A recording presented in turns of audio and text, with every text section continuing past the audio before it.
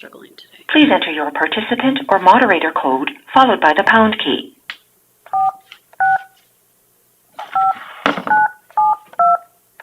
Please say your name followed by the pound key. We'll say the Pledge of Allegiance. I pledge allegiance to the flag of the United States of America and to the republic for which it stands, one nation, under God, indivisible, with liberty and justice for all.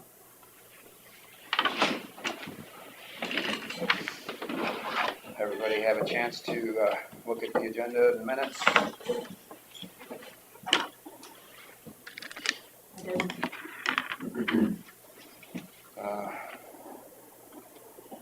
I'll entertain a motion to approve them as presented. I'll move to approve the minutes and agenda. Got a motion from Smith, and Derby will second. All those in favor of the motion to approve the minutes and agenda as presented, say aye. Aye. Aye. All those opposed, same sign. Motion carries. Just for everybody's reference, Bill's in the truck right now. I don't know, Bill, have you called in yet? No, he was doing a load with a customer right now, but he was going to try and call in. So 9 a.m., consider for approval resolution to postpone tax sale. Julie? Yeah, just the same form we go through, and hopefully in June we can have it. And as of today, we have 886 parcels unpaid, which isn't so bad, but it gives us a total delinquent of about $695,000. Okay. All right. So 97.26% have been collected. And we still have checks coming in. People are still paying online, so Sure. hopefully that will get down every month, we can see less and less. Then we get it started all over again. Yes. We barely get done with one and start another, but Yeah. that's all right. So if you want to approve that, I just need your signature, and if you have any other questions. Okay. Any questions on that? All right, go ahead. I'll move to approve to postpone that tax sale resolution. All right, I'll second it. So we've got a motion from Smith and a second from Derby to approve the resolution to postpone tax sale. All those in favor say aye. Aye. All those. Aye. Oh, Bill's on now. All those opposed, motion carries. All right. It is a 6. The 6th, yeah.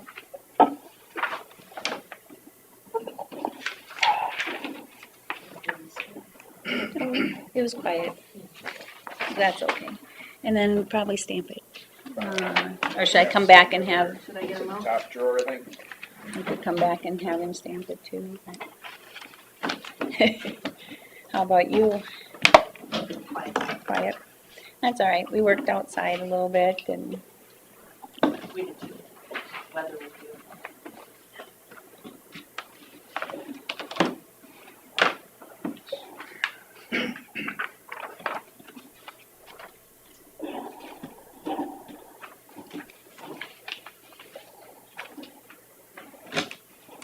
You always got to check it on your own sheet.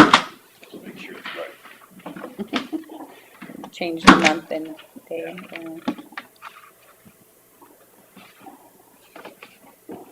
All right, thank you, you guys. Yep, Have a thank good you. day. And Carla, you want to sign and then Next time, when is it? do the 9:15? original. So we Okay. can go on to consider for approval resolution to codify ordinances. So these are all the existing ordinances that just need to be recodified? Yes.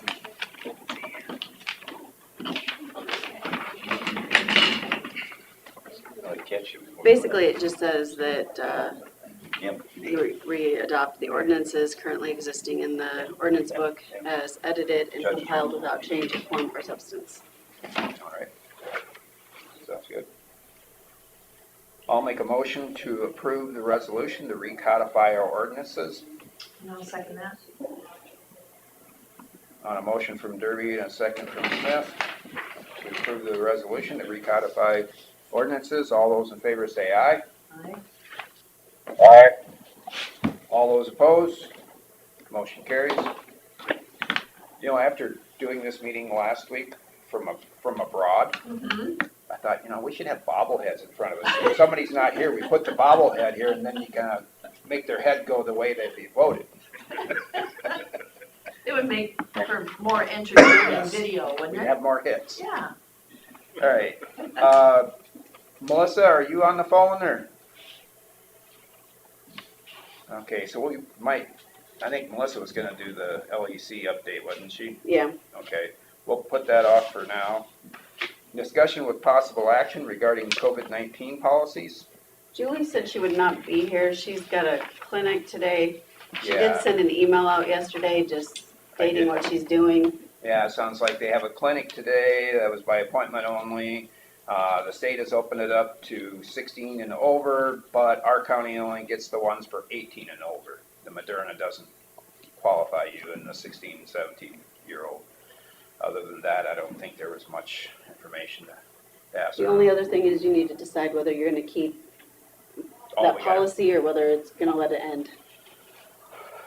Is that gonna be under this subject then? Yes. Okay. Do we want to extend that policy another month? I would say yes. Bill, are you okay with extending our COVID policy? Yes. Okay. Why don't you go ahead and make a motion? So I'll make the motion regarding the COVID-19 policies to extend it another month. Was that a second, Bill? I'll second. What's that? Nothing, I got you.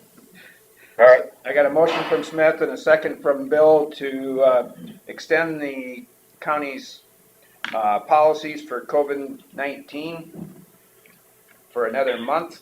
All those in favor say aye. Aye. Aye. Aye. All those opposed? Motion carries. Okay. Let's see, we jump down to, that's after drainage, so drainage, we can get Scott up here probably quick. Melissa giving the report, or are you gonna give the report? I am. Okay. well, then Melissa's we'll- in Heartland Basic. What's that? Melissa's in, Oh, that, yeah. yeah, she's over at my office. All right, well then we'll go back to number 4. Old LEC Irish Hospital project update. We've got Beth here. Can I sit here? You know Beth Yeah. I don't think we've ever met. I don't think we met. in person, In maybe person. on the Yeah. phone. Yeah. Yeah. Too close. Beth is with the, I'm with Forest City Economic Development. I came over here a little too fast. Oh, take a breath. I'll be fine. she's been working really hard on trying to do something with the LEC, the old LEC Irish Hospital project. We have a mission. Mhm. And Kristen is on the phone, I believe. Kristen, are you on Yep, the I'm phone? here. All right, good. So Kristen, Good morning. Good morning. you want to open? Okay, thank you. Thank you for the time on the agenda to give you an update on this project. We met we came before you last fall, and during the time I was in town, Beth and I had several meetings. We went to the bank, and then we proceeded to meet with some contractors, and we crunched a lot of numbers. And this project, like many across the country, is facing the issue that the costs to redevelop are so high that rents that we'll achieve as revenue from this project are not enough to pay off any significant amount of debt service. So we're having to find more sources of income or revenue to complete the project up front that wouldn't be debt. We appreciate the grant that the county has already committed. The city is committing money. Beth has been working really hard with the state of Iowa, and she'll fill you in on some of those steps that she's been undertaking with the state of Iowa. And we're just trying to find sources to fill the gaps on the front end of the project. We are hopeful that with the two items that she's been working with the state of Iowa on, we will have some success. We also may need to consider some crowdsourcing, which would be a great way to get members of the community involved in supporting this project, which I think there's interest for. And we're still interested in seeing this building redeveloped. We've had to rethink the addition. The addition might have to go because it is full of mold, and it may not be cost effective to remediate that. There might be other ways we can use that space back there if we don't use the addition and just develop 8 units of residential instead of 10. But I think I'll turn it over to Beth, and then we can answer any questions you might have. Thank you, Kristen. As Kristen mentioned, we've been diligently beating bushes looking for some things. We had some good fortune. Debbie Durham has given us some great insight of different things. I know when we had come before you before, we had talked about the workforce housing tax credits. Unfortunately, we were not successful in an allocation for those. We have reason to be encouraged now. The bill that's coming through the legislature from the governor's office on housing will double the allocation, because last time they had 34 million in requests and they only had 10 million in credits.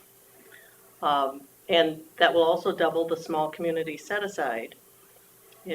Whereas others get 10% in tax credits, we would get 20%. Seem to always go to the big projects. Right. Because, otherwise you could open it up and in 20 minutes it would be gone between Des Moines, Cedar Rapids, and any other unsuccessful. We did get our score sheet from the state. We scored 17.5 points on our application, and the cutoff was at 20.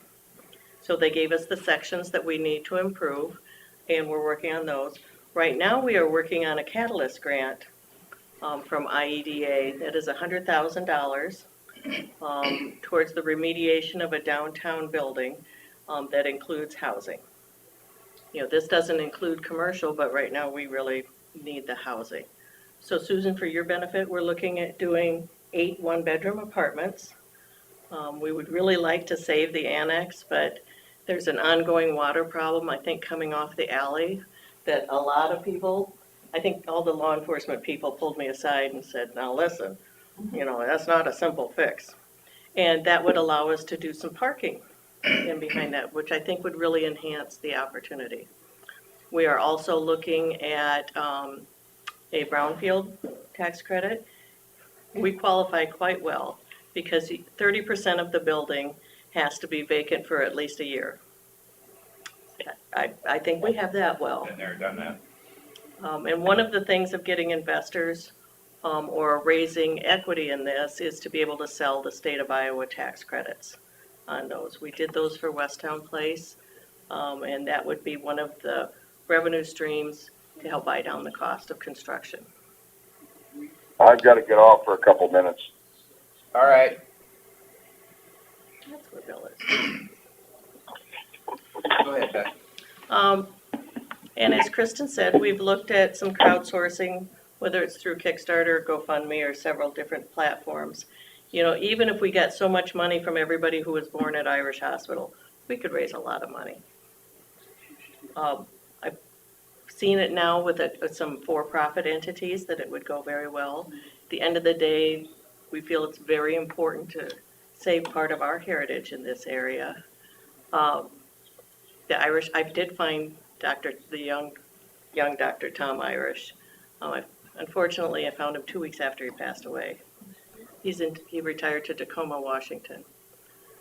But we're looking to reach out to some of the family members just to save, what their family built. Do you have it? Now, Susan, you might have the most questions on this. Nothing specific. Now, just to let you know, I don't know if you remember, in our budget, we had allocated a certain amount of money towards that project in lieu of tearing it down. Mm-hmm. We have money The in, number though. It's $80,000. Okay, For some reason, we remember. yes. The city of Forest City has, last night voted to sponsor our Catalyst grant. Because only a city can sponsor the grant. I thought they'd let the county do it.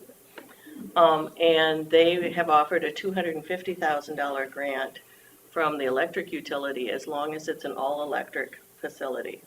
And that'd be easy to do. Yes. So it'll have electric stoves, Mini splits, mini splits, probably. water heaters, refrigerator, obviously refrigerator. Our whole apartment complex in Thompson is electric. So, Can I add that I think we have one or two-bedroom units. Beth mentioned that there was 8 one-bedroom, but I think we have one or two-bedroom units planned. that's right. And so I think, you know, the location is fabulous for housing. Downtown housing has become much more popular. And as Kristen has said before, she would like to target Waldorf staff, professors and staff, a bit more than the students, and she wants to make them very nice. Good. So Okay. that would give you a good update, and we'll come back after the workforce housing tax credits are awarded to us. All right. When we restored the Victorian house in Lake Mills, that was a hospital for a while. Oh, really? And so your thoughts about people being excited about donating because they were born there or they had their appendix out in that room. Yeah, so, Oh, yes. you know, there's certainly some opportunities there. Well, my parents moved to Mason City. I wasn't, my family's from Woden, but God knew I needed indoor plumbing, and so I was born in town. But they lived next door to Park Hospital and drove back up here to have me. All my dad would say is Doc Irish was cheap. So And look, you turned out. I turned out pretty good. I even have a postcard in my office in a little frame that's from my baby book. And it's an Irish hospital postcard from the 50s. Really? I never got one. Your mother just didn't hoard as much as my mother did. No, she didn't. And so I thought that was most interesting. And I found a picture of when I was going home from the hospital. So I said, see, I have been commuting to Forest City since the day I was born.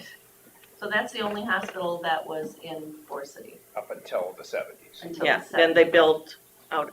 When, in World War II, I believe Dr. Irish was going into the service, and so he sold the hospital to the city, because it was a private hospital. We probably need to move on. Yeah. We're already into our second time going. We gotta get. I'm glad to leave. Nice or, to meet you. But Nice to meet thank you for the information. Kristen, keep up the good work and keep plugging away.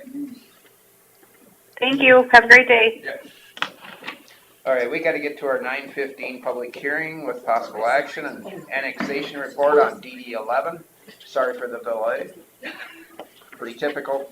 Yeah, not a problem. That's pretty minor Nothing delay. like last week. Oh, we're not there yet. Oh, yeah, we have 22 items. It was 20 last week. Hello. Hi. Easiest way to Yeah. go over this is No, just, so, driving truck today. oh, okay, So it okay. gets on and off. Okay. Well, the first one is, first hearing for annexation. Oh, we should probably, this is a public hearing? Yep, Okay, so I'll make a motion to open the public hearing for the annexation report on DD 11.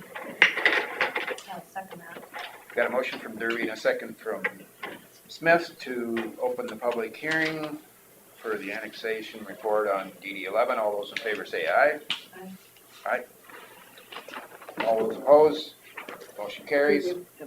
So the public hearing is now open. If you want to give a quick overview? sure. Anytime there's a project like this, requires reclassification, we go in and run the watershed to try and come up with where the watershed for this district is. It's computer software that uses LiDAR information. And this one was very much like others we've done where the old boundary sometimes followed a road or a property line instead of the watershed line. So we have just a handful of parcels here They're highlighted in red. Total a little over 30 acres to be annexed, and they then will be part of the reclassification for this also. So that's it in a nutshell. Be glad to answer any questions. The one that kind of shocks me that's not in the district, where the ditch goes over by the highway and gets as close to the highway as you can. There's that area there that looks, it's like just a few feet from the tile, and it's not in the district. Yeah, it's strange how I that, mean, and it can't be much more than this to get over the hump. yeah, But there's a tile that goes under the highway there, it goes north or something. it almost has to. I think when they, in the 70s, when they put the road in, the Highway 9 redid it, I think they might have put a new tile in there. And they've done that historically, anytime they do a project like that, is try and find all the tile and lay new ones across the road. That's part of what they do with a big project.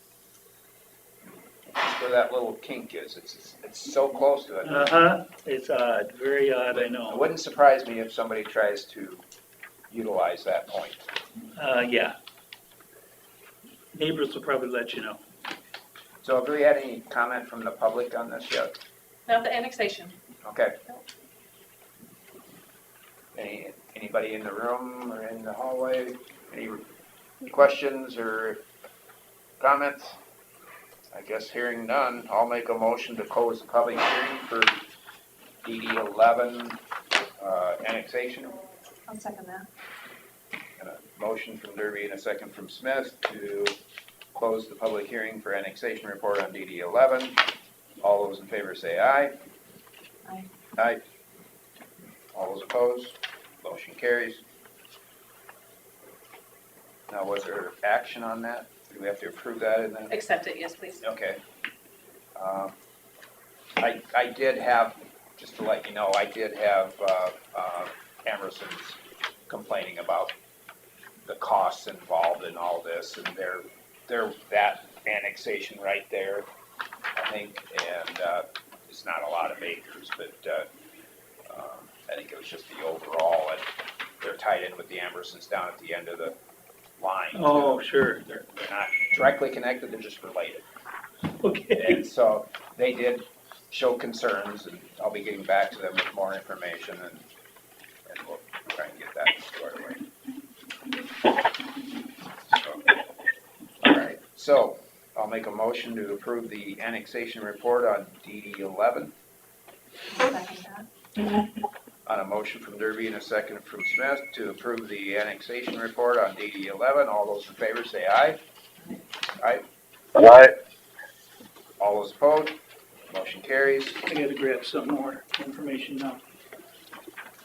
9:20 or thereof, public hearing for with possible action on pre-classification report for DD 11. So the pre-classification is the one during the construction?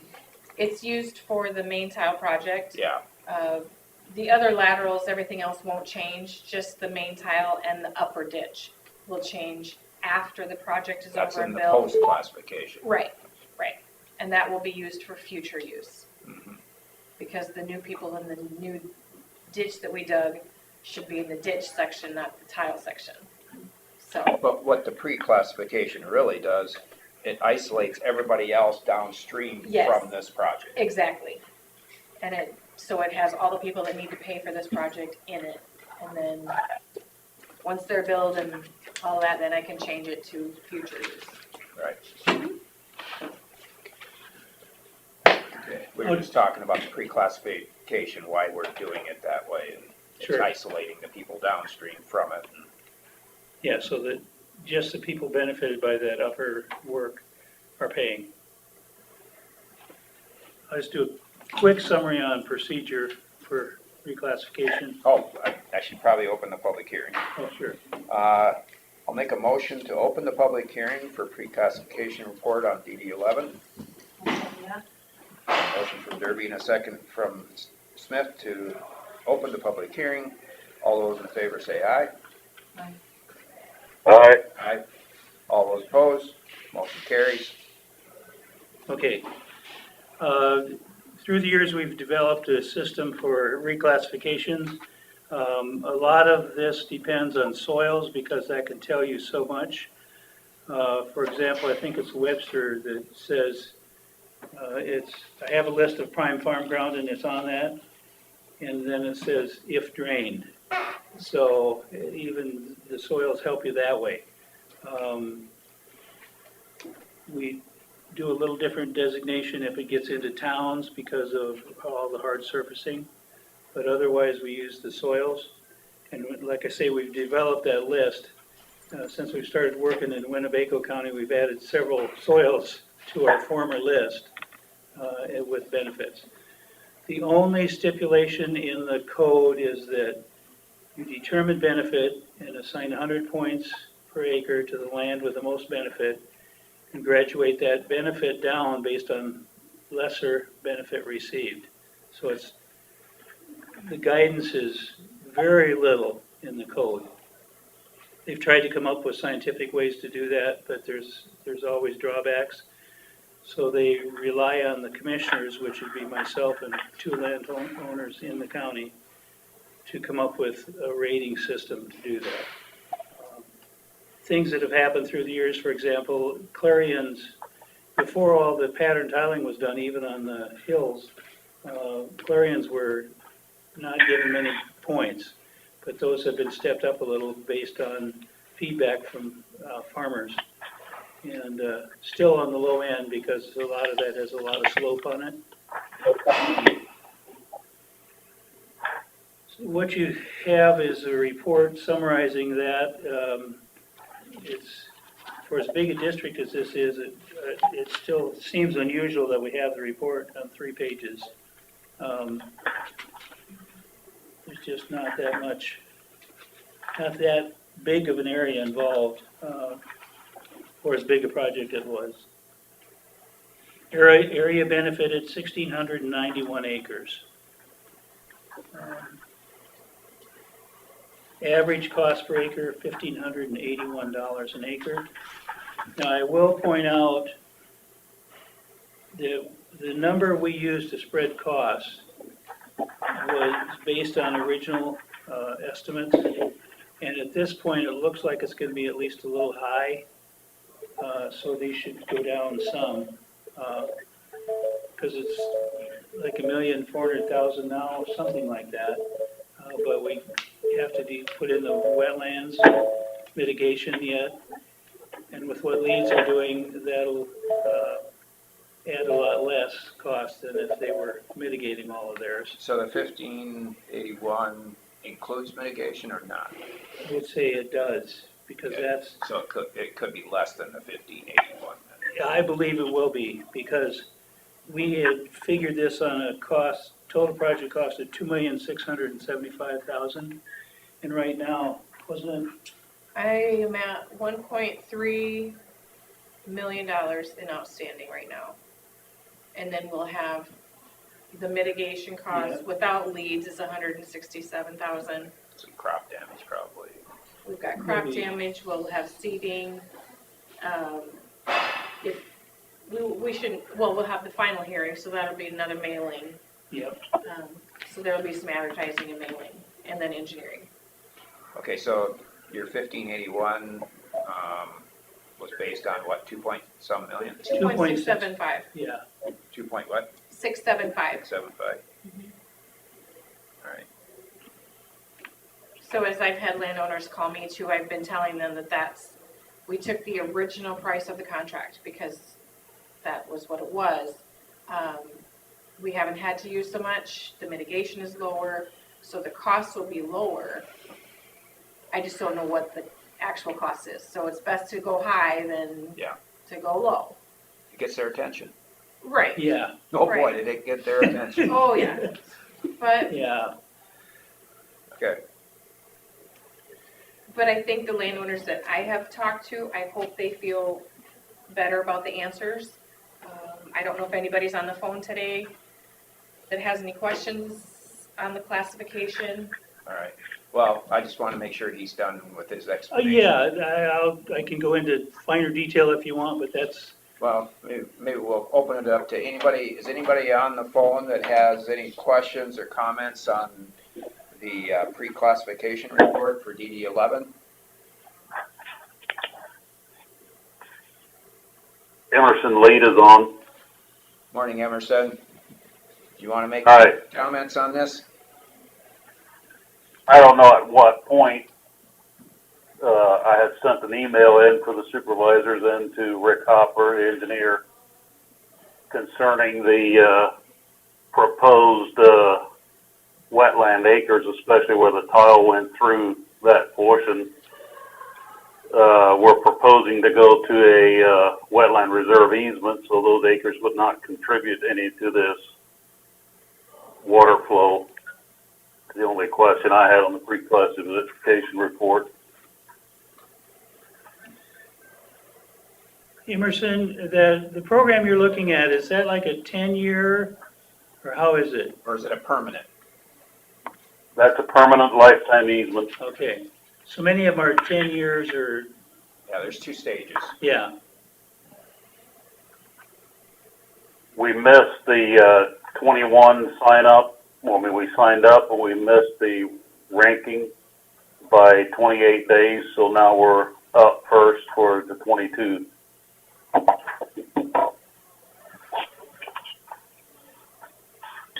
And we have up to a year to finalize any of these mitigation and costs and stuff, don't we? yes, you have up to a year, but you have longer than that if you do not farm the acres. Okay, You can which he's almost, not right now. right, you can go almost indefinitely, but nice to bring this to a head and know where you're at on all Well, I'm this. sure all the landowners want to know. Yeah, absolutely. So, no, I've got that from 2 different NRCS people. As long as they aren't getting money from those acres, if they're not farming it, they're fine. They're not in violation. Currently, is that in CRP then, Emerson? It is correct. Yep. Okay. Is there a wetland part of that CRP then? The CRP covers the whole property, including the wetland, and according to the FSA and Lynn Fluver at NRCS and Brenda, the CRP doesn't count as farming it. Right, right. Because I checked into taking it out of CRP, and they said there's no need for that because FSA looks at the wetland differently than NRCS does. All right. The only reason I asked about the wetland aspect of it was I know some people, I know I've looked into doing a CRP program, and you can put an aspect of wetland in it and, you know, block off intakes and stuff like that. And you get more dollars per acre on that part. I didn't know if that was part of the plan that you ended up with after somebody else had already done it. No, we did not. Okay. There is only one intake in the home place. All right. One thing we're facing with this is, it sounds like it's gonna happen, but we don't know for sure that it's gonna happen. So that's probably what important then, that he does not farm it, and he won't be if it's CRP, obviously. Right. So he won't be considered in violation. And then it's a matter And of, yeah. as long as I don't mitigate it, I can't farm it, and I don't have any intentions of mitigating it, as we talked about in the mitigation part of it. Mhm. Sure. All right. And any of the landowners that have wetlands can do the same thing, right? Yes. Correct. So, but it's totally their choice, and I appreciate what Emerson's trying to do here to protect some of that land. Oh, absolutely. It's a good thing to do, obviously. You can always use more areas to filter our waters. So, He had, was it 11 point something he had, or is that what you took out of it?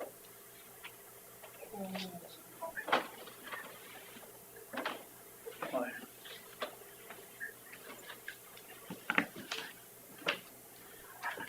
I know Emerson's mitigation cost would have been He's got 160. 21.57 acres of the 33.53 that needs to be mitigated. So, All right. Do you have any more comments, Emerson? No, thank you for taking a look at it. All right. Thank you for being online with us. Is there any other comments through the phone from landowners on this?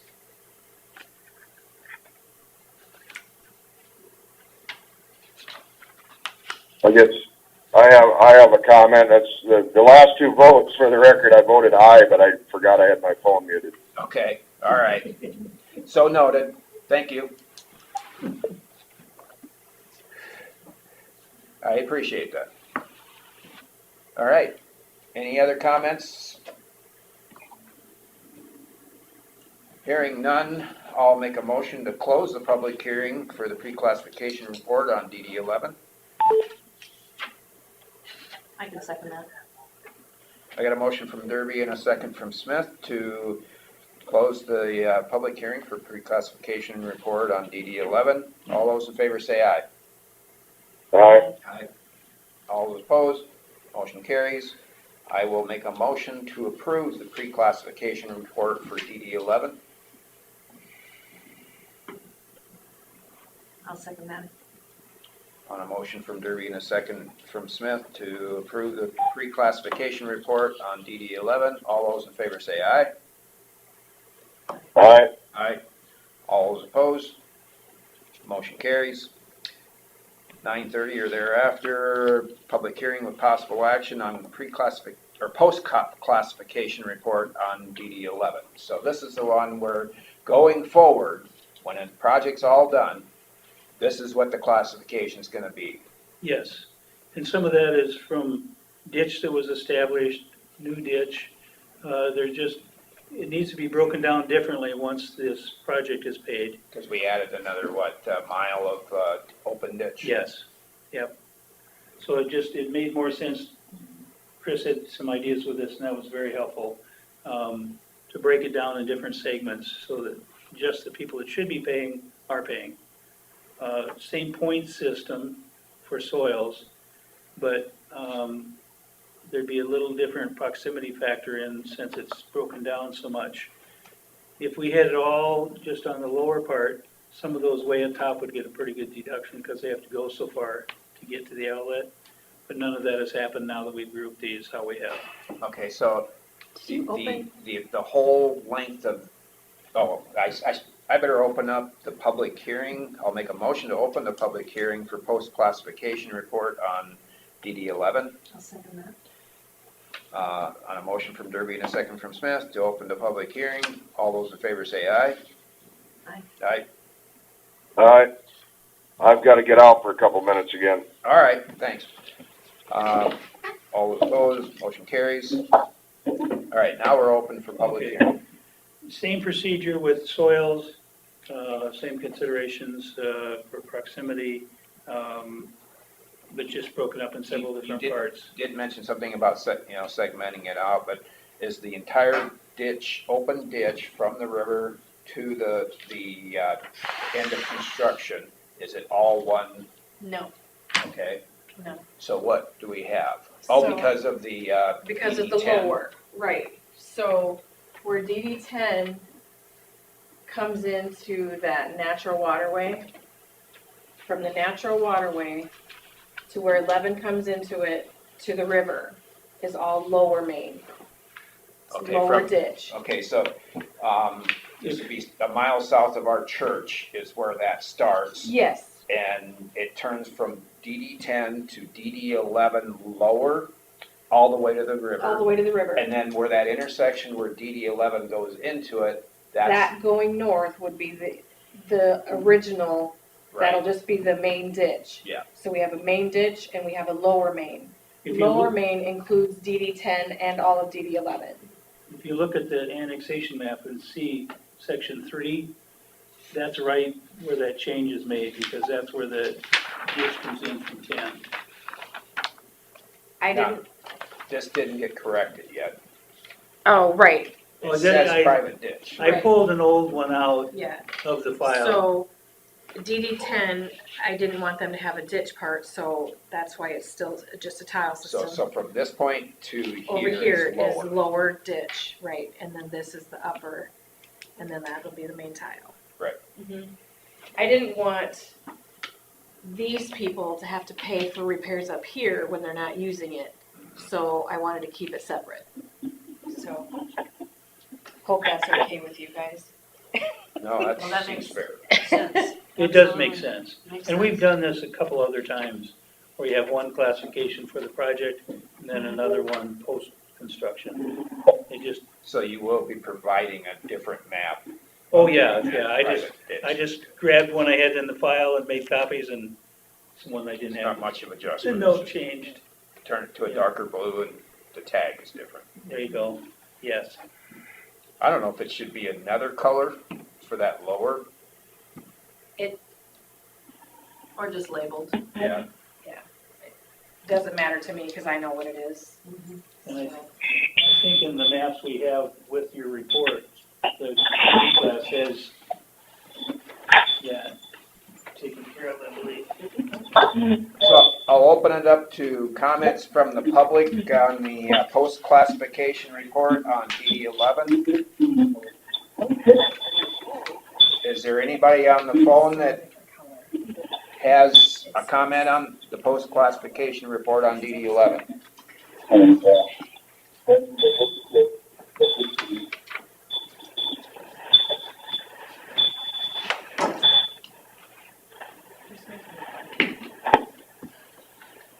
Any other comments from the public on post-classification report for DD 11?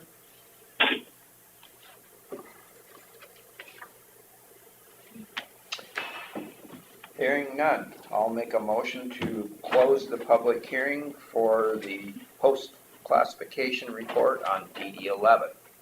Second that. A motion from Derby and a second from Smith to close the post-classification report public hearing on DD 11. All those in favor say aye. Aye. Aye. All those opposed, motion carries. I'll make a motion to approve the post-classification report on DD 11. I'll second that. That's, as long as we get an updated map. Oh, yeah, condition accepted. All right, Yeah, I have 2 old maps now. yeah, Okay. all right.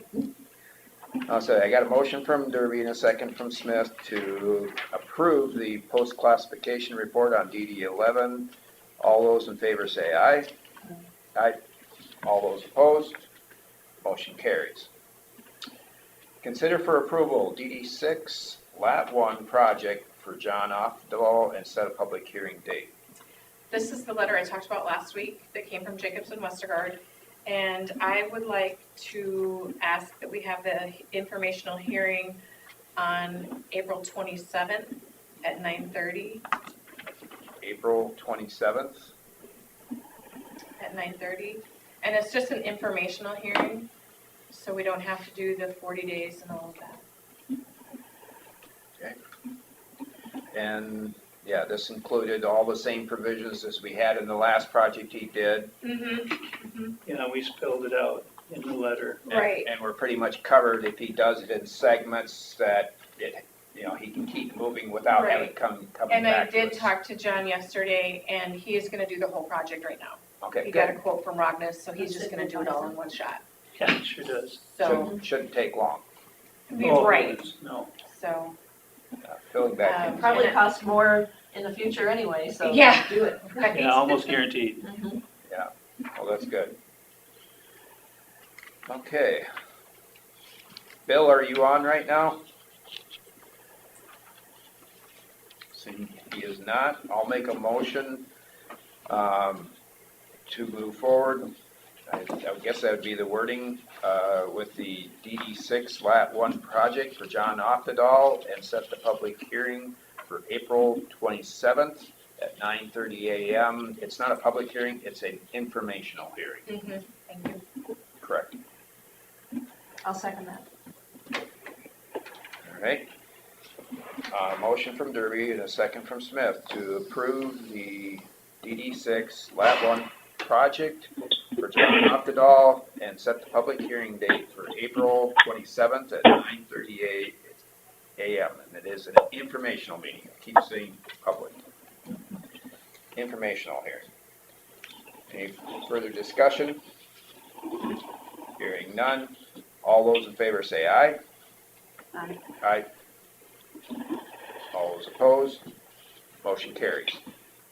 Consider for approval, pay estimate number 3 to B&B Farm Drainage for DD 18 Lat 11 for $113,293.21. And this is lower than the estimate that I had given you last week. They had put some information on the boring under the railroad, and that should not have been included. So Okay, they took it out, so this is lower than what I had given to you last week. so this is the digging part of it then? Just on the south side? Yeah, it should be. Okay, connecting to the board. Mhm.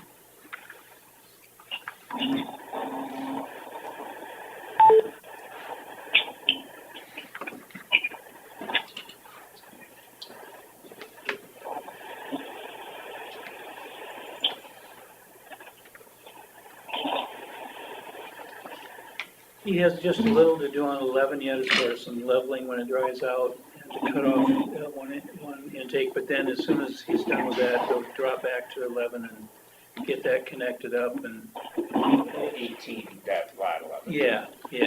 So hopefully by then these conditions will be such that he can get through the road before Nickel Scott. So we're close. I did have one landowner from 11 ask if they were done, and so I checked with the contractor. And no, they need to do leveling yet.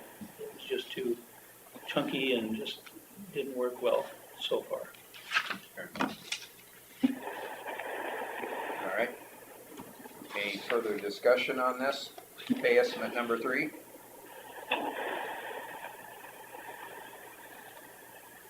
Hearing none, you want to make the motion? I will. I make the motion to approve the pay estimate number 3 to B&B Farm Drainage for DD 18 Lat 11 for $113,293.21. I'll second the motion. Motion from Smith and a second from Derby to approve the pay estimate number 3 of DB Farm Drainage for DD 18 Lat 11. All those in favor say aye. Aye. Aye.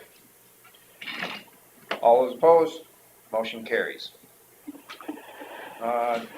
Auditor's office will discuss drainage matters. You didn't have any time with it. No. Oh, wait, we gotta do it 10 o'clock. We got 10 minutes. Okay. All right. So the DD5 lat 19 tile, and then we wanted to annex in that open ditch that was a private into the district. So Jacobson Westergaard has completed that informational part of it, and that is going to be DD5 lat 43 ditch. What I You said want, that was what now? DD5 lat 43 ditch. And what I have is, it will just be a resolution to make that a lateral, because they were already in the district, so we don't have to reclassify like the open ditch, they're already in it. It's just making this its own lateral. So there's a resolution drawn up, I just need to get a number from Carla, and I'll probably have it on the agenda for next week to approve. And then there is a description of the landowners and what they have, and then the lat 19 tile people changed, because some of their water actually went to the ditch. So there's going to be less people in the lat tile than the ditch. So I have to just change those two. And then I'll get your approval on that. And then I want to send out letters to the landowners so they know that that was wrong. So I just wanted to tell you that. All right. we have any paperwork that we can look at on that before? Yeah, I can send you this. I can scan it and I'll email it. That'd be great. Yeah, yep. Certainly can do that. When we were first involved in this, we weren't sure exactly the ditch location, but when I talked to the landowner, he described it to me, and we followed the line absolutely how he described it, so we know we're good with that. All right, good. Anything else for drainage? Do you have anything? Nope. Bill, did you have anything for drainage?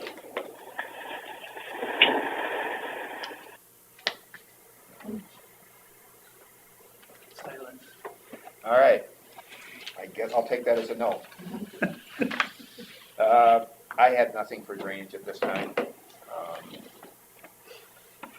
We'll move on to Scott Minders. Engineer will discuss secondary road matters. I only got one thing, and that's the intake we talked about last week, boiling water out.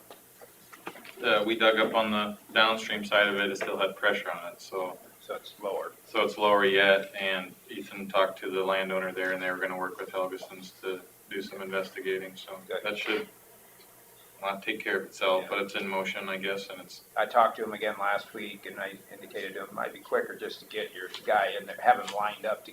Yeah, I mean, usually it's the landowner's responsibility to prove it's under the road. In this case, we dug it up, but, you know, ultimately we moved all our equipment there, dug it up, buried it back, and moved out, so it was, you know, would have been probably as quick to have somebody in there in the property first. Yeah, this time of year it's tough to get anybody anywhere. That could be, yeah. So we're bopping around trying to get intakes and tiles working wherever we have issues, so that's our priority for their dirt crew. But that's about all I have. I see they've been busy with the road graders this week. And yeah, all the guys that are. Day for road grading.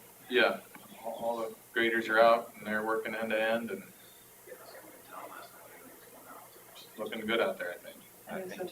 Yeah, I think I only got a half a tenth last night. But yeah, I heard the thunder and thought maybe we were gonna get some, but. He said over at Worth County they got hit pretty hard. Oh, really?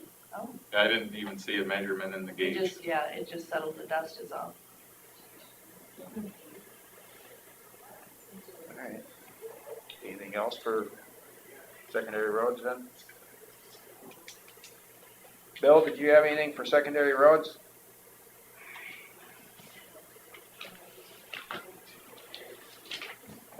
We have 7 minutes, huh? All right. Consider for approval auditor's quarterly report.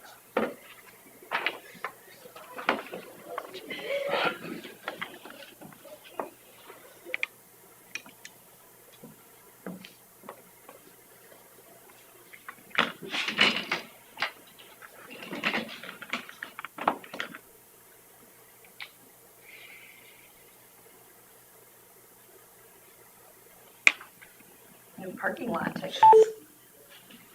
Guess I didn't know that.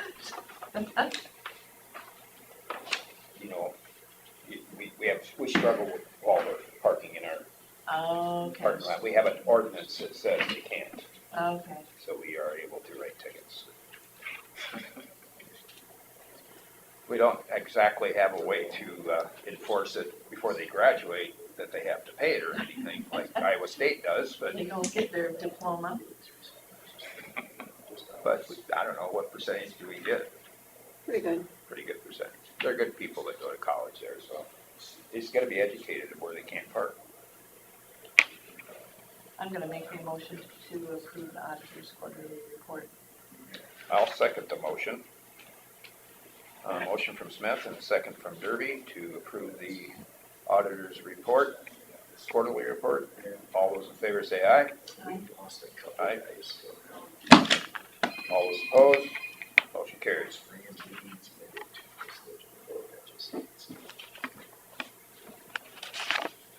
Consider for approval recorder's quarterly report. She brings hers in. Okay, well, Charlotte, you scroll down on the agenda. have time. discuss the cell phone policy before 10. So they can call Chris quick. Oh, there she is. There, you heard me. Yes, I did. Do you want my report? Sure. Go ahead. So you're up to full staff now? Yes, it's been really nice.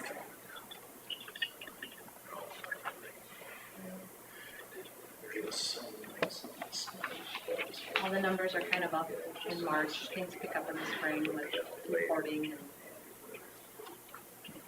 everything. We collected quite a bit of sales tax with all the ORVs and ATVs.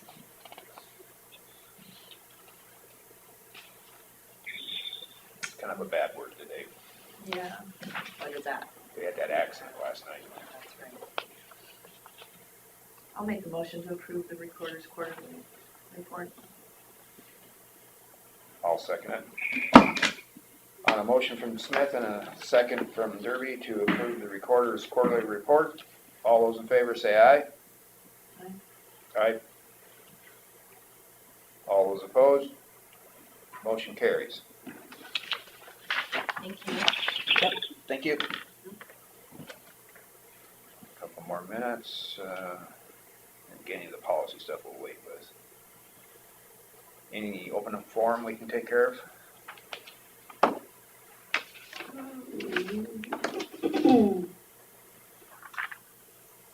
Being pretty efficient so far. Yeah.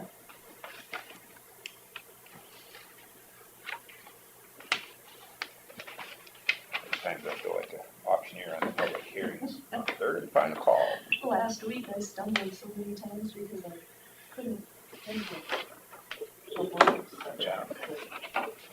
Permanent. Well, I mean, I grew up, I was the president of the FFA and we did competitions, and so I've run so many different groups as chairman or president and Yeah.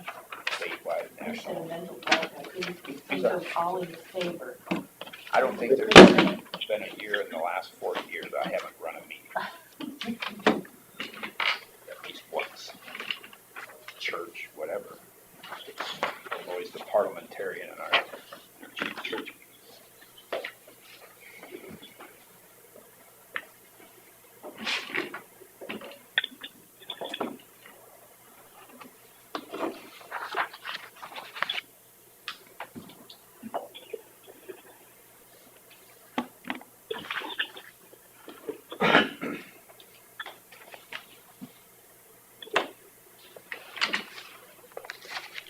There's also some Lake County claim stuff too.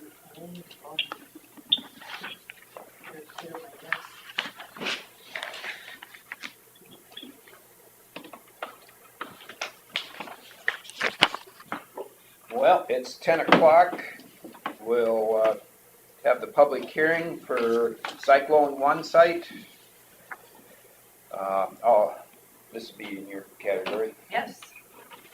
So we need to Open the public hearing. open the public hearing for Cyclone 1 site. That's your motion. That's my motion. I've got I'll second the motion. Motion from Derby and a second from Smith. The way around is Sorry. On a motion from Smith and a second from Derby to open the public hearing for Cyclone 1 site. All those in favor say aye. Aye. Aye. All those opposed, motion carries. Technically, when there is a motion on the floor, until somebody seconds it, you can't even talk about it. Oh, That's technicality. So, if somebody doesn't second it, then it just dies for a lack of motion. It's lack of second anyway. All right, so the public hearing for Cyclone 1 site is open.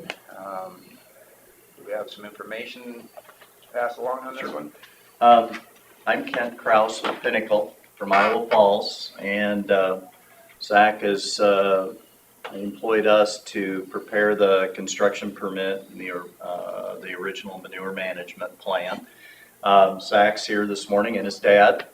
The site is a single building, and it's a 3,000 head site. 1, 2. It's a 3,000 head site, and it's out in section 7 of Mount Valley Township. The building's 101 feet wide by 241 feet long. It's a deep pitted barn, and it'll be running in a north-south configuration. And it's right at the intersections of 380th Street and 180th. So just a couple miles north of town here. I'm really here today to address the master matrix. Before we start, the site passes with a score of 440 points. We met with DNR, I don't believe it was last week, but the week before. They didn't have any questions about the site placement. We've checked it for being proper distance away from residences, public use areas, businesses.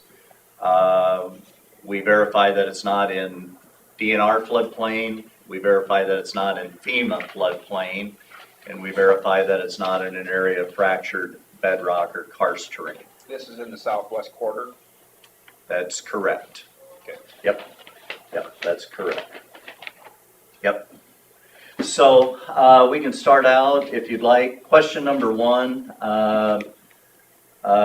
Additional distance away from closest residences, hospitals, nursing homes, or child care. The closest residence is 2,273 feet, and it's to the west. We score an additional 25 points on question number 1 of the 440 that's required. We looked out 4,001 feet. Minimum distance to a public use area is 2,500. We score 30 additional points on question number 2. Question number 3, minimum distance to a church, school, or business is 1,875 feet. We looked out an additional 1,501 feet and score the full 30 points on question number 3. Question number 4, additional distance from the minimum required to water. So that would be a small creek, dredge ditch. Your named rivers are defined as major water, but anyway, small waters. Closest water is 4,363 feet away to the southeast.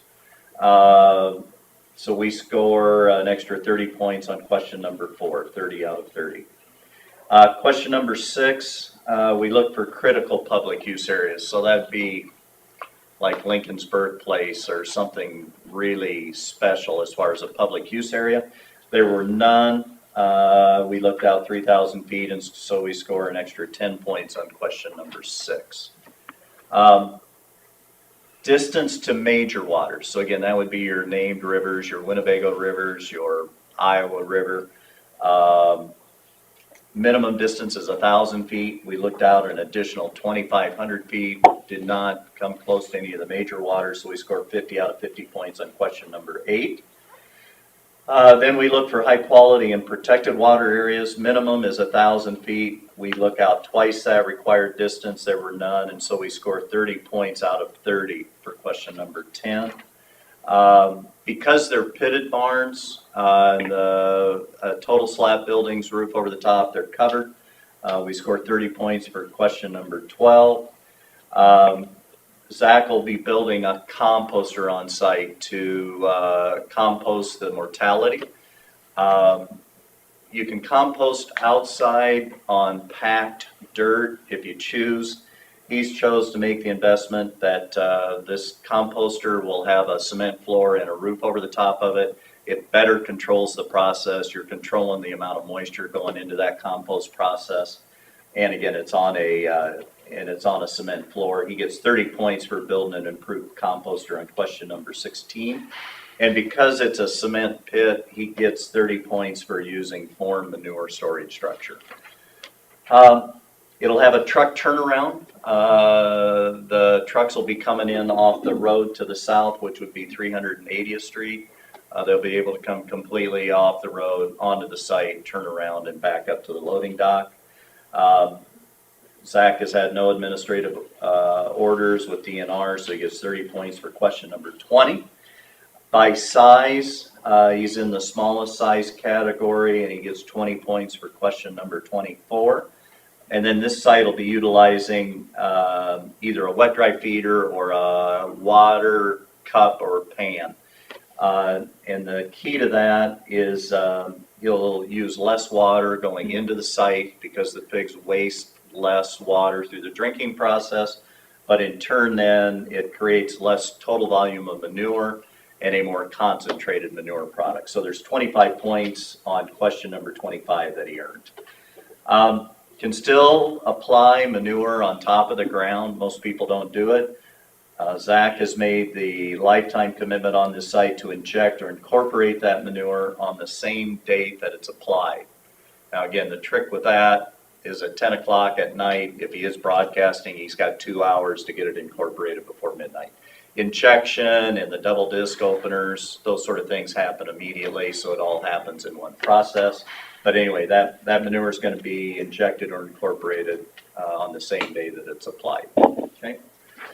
The last points that he had to take involved a worker safety plan. It addresses things like boots, coveralls, don't be drinking the medications, those safety protocols for the workers.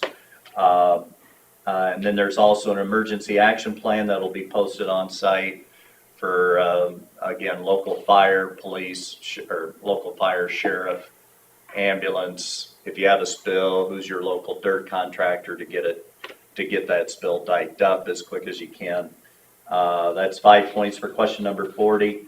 And then his last 5 points come with question number 41 that says, someday when this site's no longer used for pork production, it'll be dismantled and removed to whatever local, state, or federal code is at that particular time for that facility. So with that, it scores 440 points to pass the matrix. But I didn't mention on the manure plan, sites budgeted or modeled to generate just shy of 1 million gallons of manure.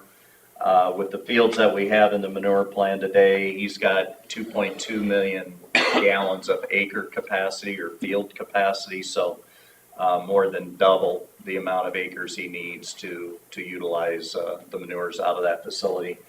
The manures are all applied. First, he's restricted on a nitrogen basis. He can only apply as much nitrogen as what that crop's going to utilize.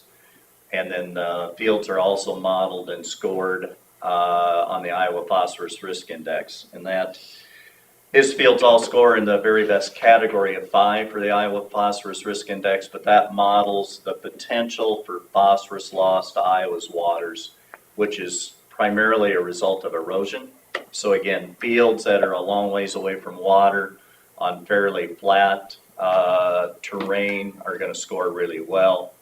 If you had fields with a lot of slope right next to water, are going to score very poorly. So, but anyway, his fields all score in the very best category for phosphorus applications also. But with that, I think we open it up to questions if you have any.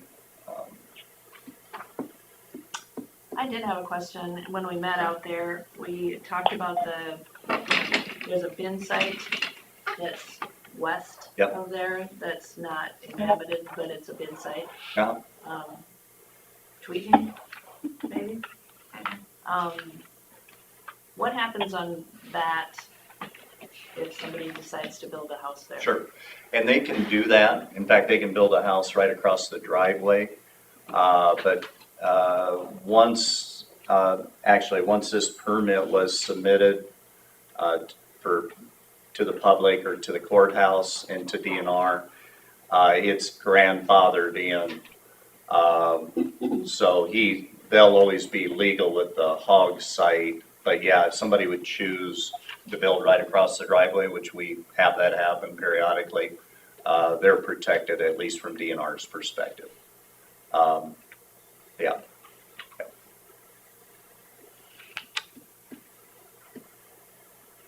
Good, okay. Do you know if you plan to use umbilical or hauling? Oh, the umbilical. Okay. That's a good deal. Yeah. All right. I guess I'll open it up to anybody on the phone that has any questions about the Cyclone One site.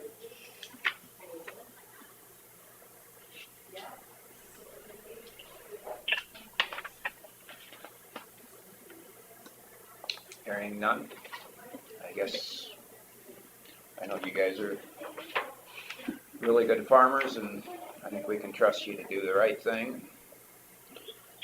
I have no problem with it. I'll make the motion to approve the master matrix for Cyclone One No, we gotta site. close the public hearing. Oh, we have to do, oh, oops. Go ahead. I make a motion to close the public hearing. I'll second the motion. On a motion from Smith and a second from Derby to close the public hearing on the Cyclone One site. All those in favor say aye. Aye. Aye. All those opposed, motion carries. Now we'll consider for approval the master matrix for Cyclone One site. I will make the motion to approve the master matrix Cyclone One site. All right, I'll second that. On a motion from Smith and a second from Derby to approve the master matrix for Cyclone One site. All those in favor say aye. Aye. All those opposed? Motion carries. All right, thank you. Thank you, folks. Yeah, thank you. Thanks. Thank you. Oh, go ahead and sign it. Thanks. Okay, so, wow, we're right on schedule. Actually a minute ahead.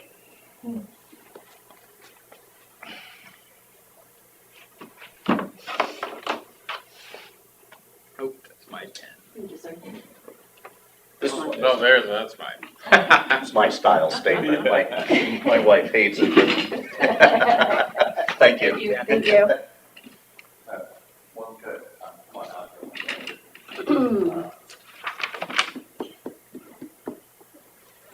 Morning, Brittany. How are you guys?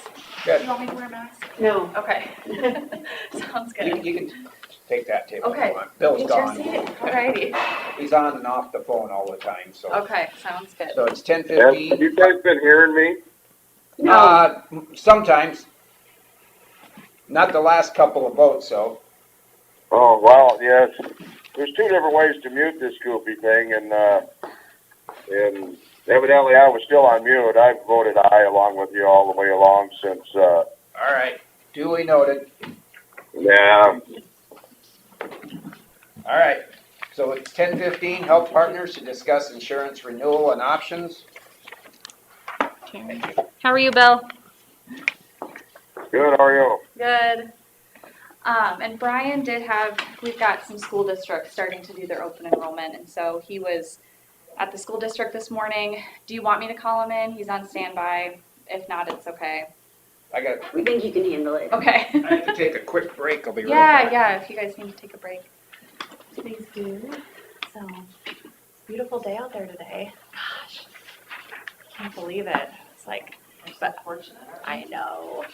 I just keep thinking though, it's getting my hopes up. So, we're only in Have you April. met, this is Susan Smith? Yeah. We know each other. Yes, Okay, yes. good. I cheered with Laura Oh, Yeah. yes, yeah. in high school, so, yeah. Congrats on the new role. Thank you. Appreciate that. Good morning. Eric is super pumped about the HSA. Oh, are you Eric? I am, Yay! Awesome. And you've had an HSA before? yeah. Okay. Takes a little explaining. It does. Yep, it does. But I've been on an HSA, I was telling Carla, for years and absolutely love it. It does take some adjusting, for sure. Yeah. The first time you go to the doctor, you get a bill and it's like, why is it so high? You know? But after you understand it and everything, it all makes Our sense. agent so, is on the HSA, that's good. yeah. With group. Yeah. So, Okay, go ahead. alrighty. Well, thank you guys for having me. It's good to be in person. I know things are starting to get back to normal and we've had more in-person meetings and it's like, I'm so happy about that. So it's good to be here. So today, the big thing that I wanted to talk about was the Health Partners renewal. And then I can also touch on, the rest of the renewals. Everything is pretty easy this year. This first sheet that I handed out, just the one pager, you'll see it has our current Health Partners option. It's the $1,000 traditional plan. And then the renewal. And you'll see this nice little number, 0%. So Health Partners gave Winnebago County a 0% increase for July. I was blown away when I got the email from them just last week, I think, and a little bit hesitant. We don't see that often, and so it causes us to ask some questions with that. They attributed that that increase of 0% or a flat rate pass to a couple different things. One of them being there has been an overall decrease in claims due to COVID.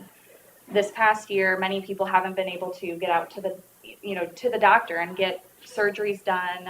A lot of those have been postponed. Now, my biggest question back to Health Partners was, okay, that's great and we understand that, but is underwriting accounting for that with a potential large increase next year? We don't want that to be the case. 0% is great for this year, but our goal is to keep things as stable as possible. And they did account for those missed claims in their trend factor. So what Health Partners did is they said, okay, Winnebago County had, X amount of claims this past year. We estimated missed claims of about 110,000 and they added those in. And even with that, the rates still stay the same. So that's, was kind of my biggest question. I would say overall, most of our clients are still getting single, sometimes double-digit increases. For this July 1st renewal, the Health Partners trend is mid-teens. So if that gives you kind of some indication, even with What we were COVID. budgeting for was something like that. Yep, and that's what we had kind of expected. But what you'll see on the stapled copy, I kind of want to talk through some numbers that show overall Winnebago County really had a significant decrease in claims overall. So the first page here, if you look at under per member per month, so PMPM, in the second column from the left, you'll see a number of $472. So that looks at what the per member per month cost is for various types of services. So professional, hospital, pharmacy, things like that. So that number is $472. If you flip that page over, this is the prior year. So now we're in 2021, now we're looking at 1920. You can see that per PMPM, per member per month, is $800. And so, a significant decrease in that cost for those various services. Next page, kind of the same story there. So if you look at page 2, it's monthly summary revenue and claims. Again, we like to compare how does revenue look against our claims. In previous years, we were running really hot. So the revenue that was coming in from the county was significantly lower than what the claims were, or significantly lower. Claims were higher. Here we can see claims this current year was $584.52. If we flip it over, it's $1,000. And so Twice what? Exactly. So again, that page really tells us this was that major decrease in claims. The other interesting thing too, I wanted to show kind of how the claims look from policyholders, spouses, and children, and how do those rate. So this would be page 3. Again, this is current year, so this front page is current year. You'll see those numbers about $460 for employee, spouse was $865, and dependents or children was $154. What page are you on there? It's page 3 of the packet, but it says page 9 of 38 at the bottom. All right. Yep. So if you flip that over to then page 10 of 38, you'll see those numbers significantly higher. So 940, 1160, and then 195 dependent children. Those claims typically stay the same from year to year, but we see those spouse claims and employee claims the prior year were very high. And so, definitely, you know, COVID had an impact, but I was glad to see that Health Partners took that into account. And didn't just say, okay, we're gonna take this one and give them a 0%, because our goal is, like I said, we wanna keep things stable with that, so. Hopefully this is a trend. I know, Going down after a Yeah. while. I We hit the know. peak. I know. Yeah, we don't often get to deliver 0% renewals, so I was excited for this meeting today. Well, next year, maybe lower. Yeah, yep, that could be the case. The other thing that, you know, we in Health Partners wanted to make sure to let you guys know is they do anticipate claims to be back to normal. Somewhat for this next year. I think in some of our clients, we've seen already an influx just with people getting into the hospital, and getting surgeries that they've maybe pushed off done. But I think Health Partners underwriters, you know, made a good decision on accounting for missed claims, and so that's already factored in. So you're thinking because of the outpatient procedures not being done and just visiting the doctor not being done, that's a good part of it. Yep, it's part of it. I think overall though, we've, you know, the county just, I think if this was a normal year and not COVID, I think the claims would have been down anyways. So, the other thing that kind of hints to that is we look at the catastrophic claims. So claims over 25,000, those are considered catastrophic, and anymore you don't have to get much to get 25,000 in claims, right? But that's kind of their threshold. And so this current year, we've had 5 claims over 25,000. If we look at prior year, it's 13 claims. And so the previous year was definitely higher for those catastrophic claims too. So that definitely played a role. And these are things that you can't, you know, looking at the list from the prior year, I don't think that you could have avoided these, even if there was COVID. You know, it was things that you had to go to the doctor for. COVID wouldn't have had an impact on those. So overall, just high claims are down. So yeah. Any questions on that renewal at all? It's hard to argue with any of that. Yeah, but questions are welcome too. You know, I hate to say it, but I'm always skeptical a little bit when you get those But you're saying little increases. other groups that you represent are still seeing some double-digit increases? Yep, we have seen some with double digits, some with single, but not very many 0% increases. So we, you know, that is something we don't see often, and carriers are very hesitant to do that. So does that mean that we're actually reading some of those health benefits newsletters that come out?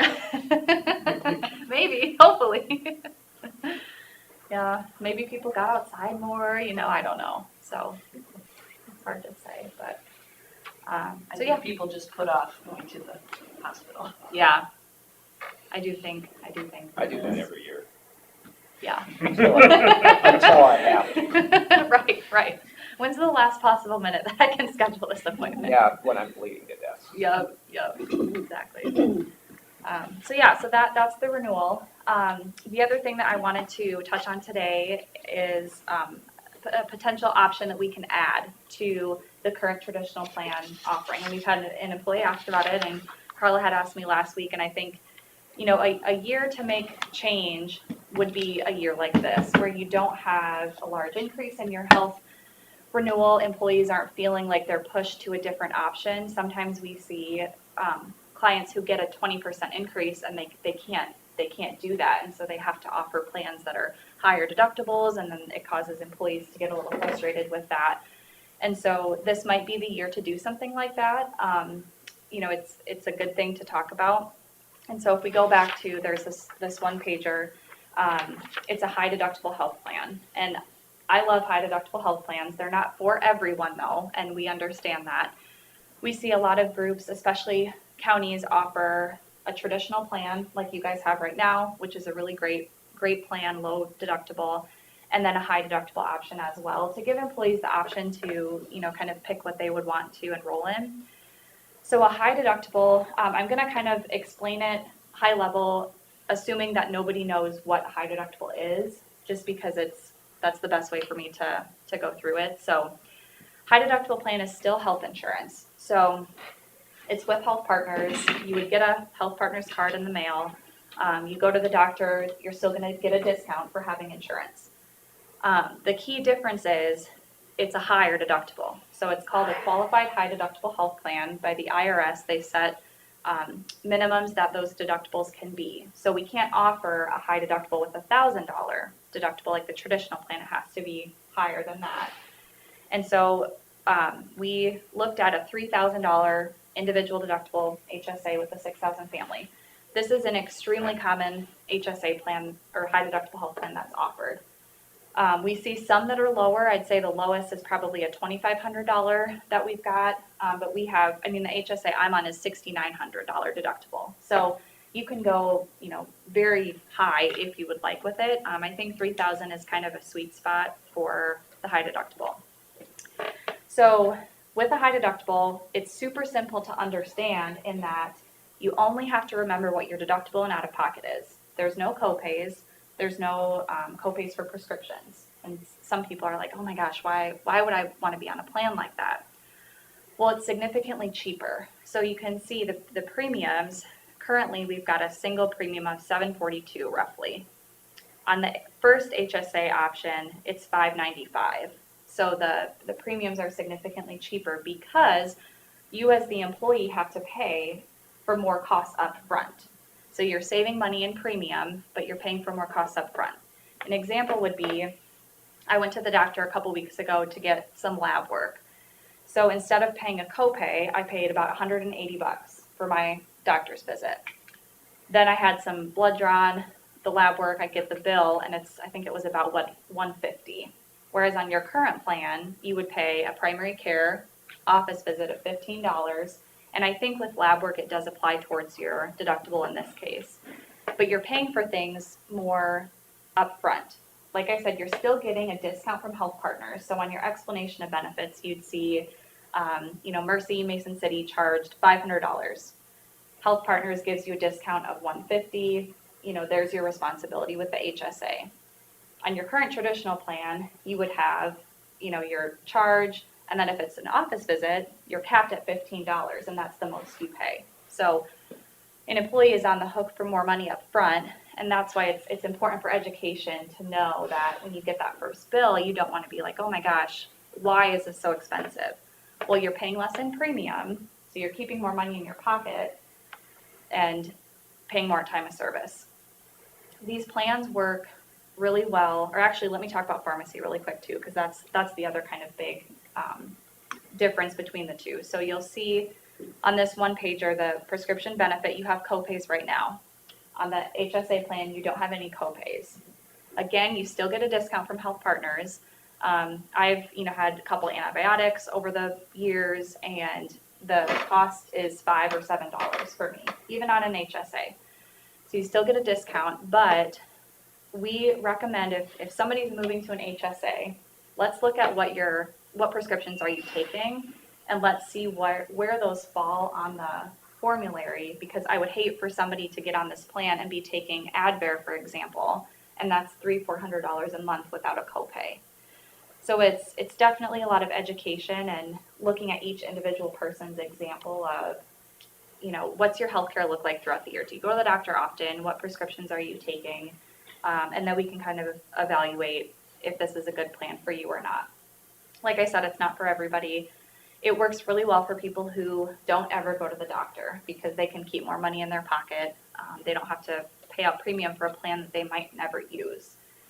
It also works really well for people who want some tax advantages with the money. So the other component to this, so we have the high deductible health plan that county purchases through Health Partners. Because an employee is enrolled in this, the IRS says you can open up a health savings account at a local bank, and you can contribute money to that pre-tax. You can do it via payroll. An employee can contribute money into that. That money comes out pre-tax, and it grows tax-free. So it's the only way that you can shelter money from taxes like that. The kicker is it can only be used for medical, dental, or vision expenses. Much like flex money. Yep, very much like Flex. I like it better than Flex though, because it rolls over from year to year with no limit.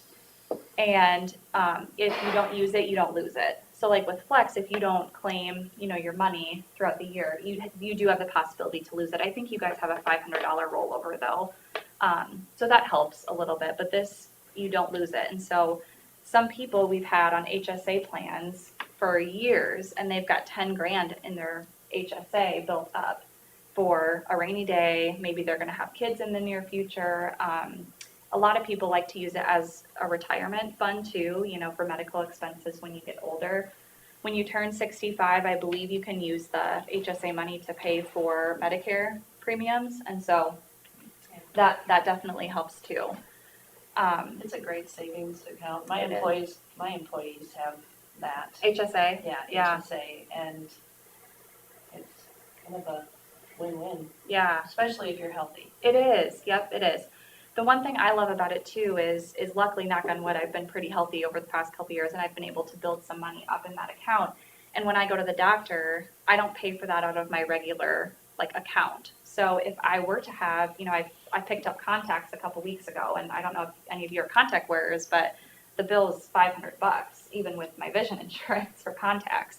And I used my HSA money, and I didn't even feel it because it came out of my HSA and not my checking account. And so it's a great savings tool for medical expenses, and in a way you're kind of self-insuring yourself a little bit. And so the goal would be that you would have enough money in your HSA eventually to cover that deductible. So if something did happen, you won't be on the hook for that. Now, that's not to say that most hospitals and clinics and provider systems will allow payment plans, and you can do payment plans out of an HSA too. But so that's kind of an overview of HSAs. Okay, question. Yep. I look at the difference between current plan. So for some people, we would be paying the $742 out of county funds. Mhm. And for others, we would be paying $595, so the county would be saving money if they go to that plan, correct?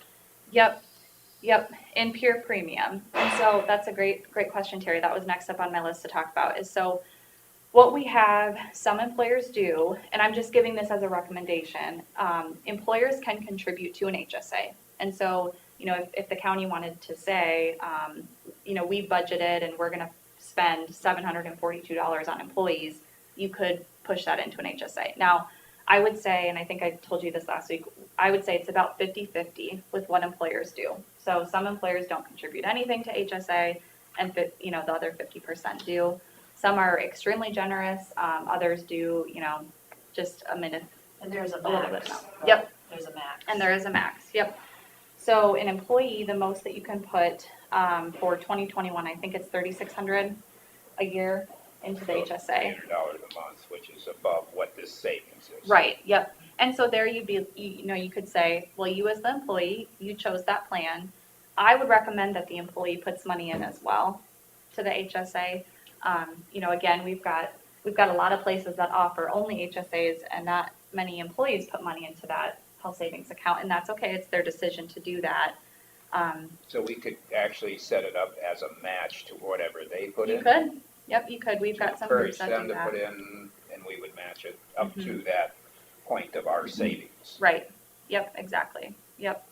I do it like a bonus, Mhm. you can call it a bonus, You can't call it a bonus with county. I know you can't, but I mean, Yeah, We, but it's we a call it similar- bonus. We can. We call That it. was in the private sector. I know, I'm just saying that I'm aware of what you're saying, Yep. it's really amazing. Yeah, and then the county saves money on payroll taxes too, because you're putting money in pre-tax to that as well. The other thing that we see, I want to give you guys kind of ideas of what a lot of our other groups do, so you can digest it and think about it. But we just transitioned. One of our clients is a community college, and they had a couple different plans, $500 deductibles, and their health insurance costs were skyrocketing. We kept a traditional plan like you guys have here. It's a $1,000 deductible plan, nationwide network, very similar. And we introduced an HSA to help kind of manage their overall costs. Their renewals kept going up and up and up. And we offered an HSA. the college said for this first year and a half, we're going to kind of give people seed money or some kind of promotional like money into their HSA to try and get them to get on that plan. And it's been probably 3 years now, and I'd say they've got close to 40% participation out of all their employees. It took some time, you know, the first open enrollment we went through, a lot of the employees were looking at us like we were nuts. You know, what kind of plan is that? We've been used to a really low deductible. But we did meetings, educational meetings, sat down with employees and talked through each situation. And now, you know, about 40% are on. That's not to say that some people went on the HSA and had a bad experience with it. You know, maybe they recently got diagnosed with an illness that requires an expensive prescription, and they switch back to the traditional plan the next year. So, you know, you can switch back and forth if you'd like. But again, we really just like to sit down with people and say, what's your situation? We don't want you picking it just because it might be a less expensive premium. What's going on in your life? So if you went to the new plan and decided it wasn't for you, but you still ended up with some money in your HSA, you can use that the next year for the co-deductibles or whatever. Yep, the copays, yep, exactly. The only thing is you couldn't contribute any more money to that account, but you could use it. Yep.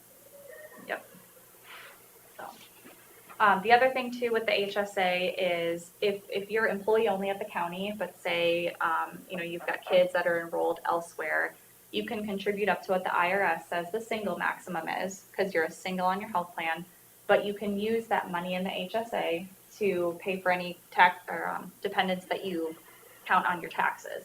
So that's another nice thing too, is that you can use that money on dependent children that might not be enrolled in the plan, and spouse as well if you file jointly for tax purposes. Like Flex is that way too.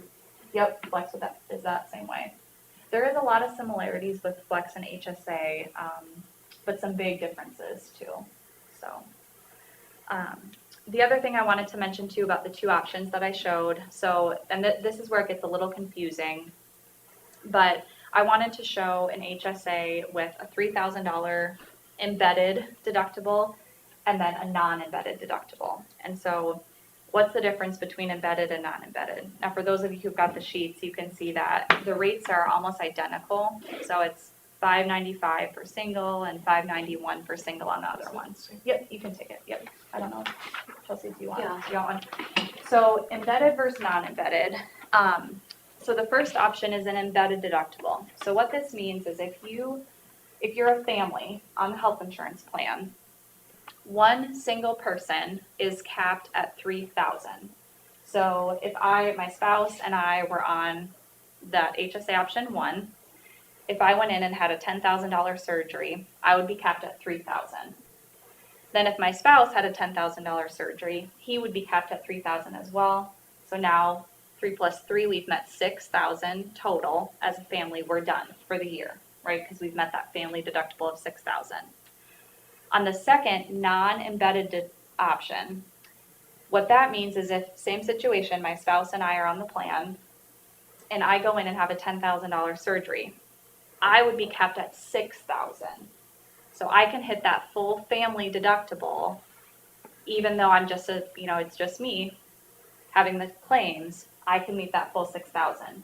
But my spouse is done for the year too. So that $6,000 is the maximum that we would have to pay as a family. I told Carla this, but most of the time we see groups offer option 1, embedded, because they look at a $6,000 for one person, and that's kind of scary. That's high. The other pro to offering option 1 is that it's more simple to explain. It's similar to the plan you guys have now, where one person has a $1,000 deductible. Same thing, one person has a $3,000 deductible. We do have groups that offer non-embedded deductibles on the $3,000, $6,000, and so it is something we see, and that's why I did want to present that. But I would say most of the time we see groups offer embedded. So I'm a little confused. You show it as a 3,000, 6,000, but you talk about it as a 6,000 for the single, right? Yep, if you're on family. And we show it that way because if there's a single person on the plan, they would have $3,000. Yep, a $3,000 deductible. But if you were a family plan, you have to meet the 6,000 as a single to. Yep. for everything to be paid at 100%. Yep. Yeah. It's confusing. I wish they had better words to describe it rather than non-embedded and embedded. It just Seems doesn't like make sense $4 to me. is a worthwhile investment to, Yes. you know, do the embedded. So I'm trying to figure out what the advantage to it is.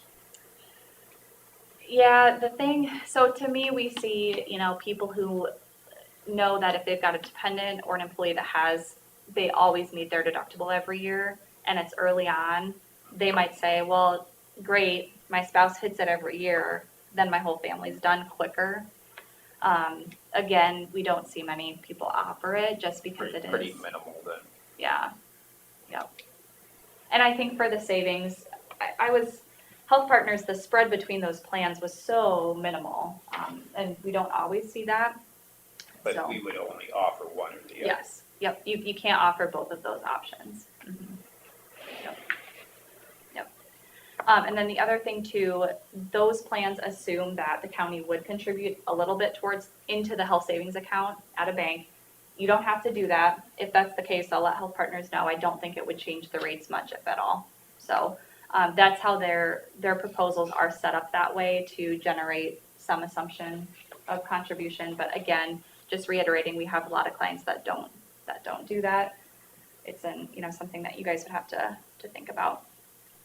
The other thing too that I wanted to mention about the health savings accounts, a lot of times an employer will pick a local bank or two that they say an employee needs to go to use the HSA. The reason for that is because for payroll, if you're having to manage, let's say 50 employees, pick the HSA, well, that's 50 additional.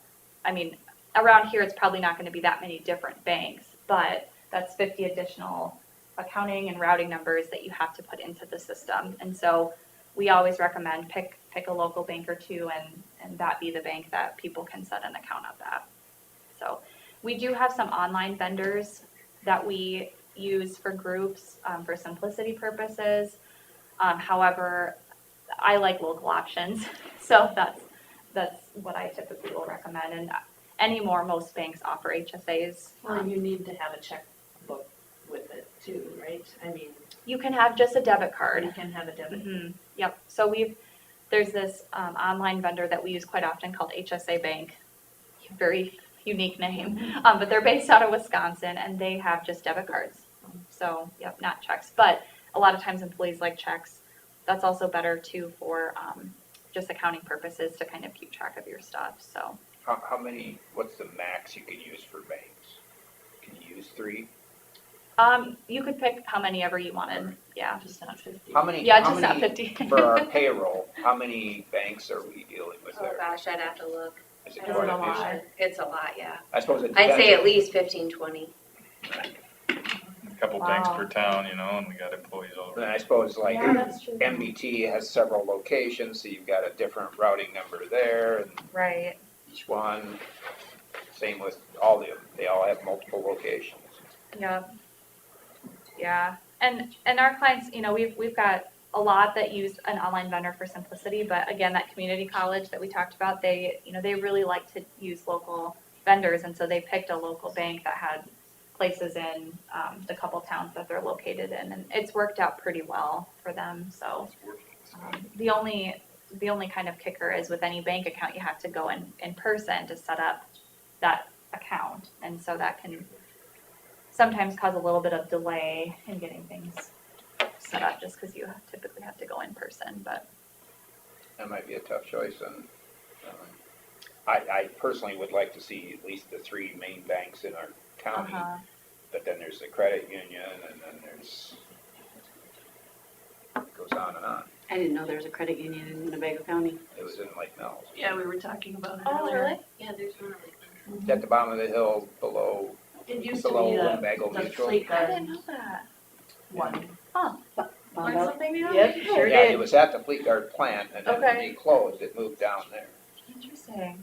So, Yeah, and that brings up a good point though about, how do you decide what banks you use and where are you going to drive people to? As the county, you could say we're going to just use an online vendor and, say that we're taking out that decision of doing local too.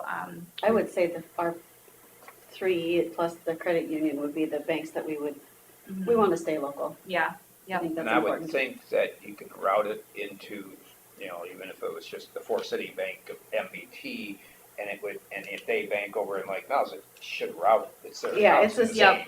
They all have the same routing numbers, Okay, even if they're All right. in different locations. okay. so if we That just makes stuck it to the easy. ones in Winnebago County, that'd Yes. be pretty simple. Yep. Yeah, and this is something too, I really would stress doing some sort of educational, like seminar or where people can set up times if they're thinking that they're interested in the HSA option to just meet with It either takes a Brian little or bit to myself. absorb it. It does, And yep, a case by case is even better. yep, it does. So as you're going through it, I'm thinking of my case and how it would affect me and my family. Yep. Like, so you talked about like the person with an expensive prescription. Mhm. Is there a way to, like, let's say I want to go on that next year, but I know I need to save up before I can go on that because of the big monthly prescriptions or whatever. Is there a way to do that? Or is There's you not. can only start it when you start it? Yep, so when an employee would enroll July 1st in the HSA, that day you can open up the HSA account through the bank.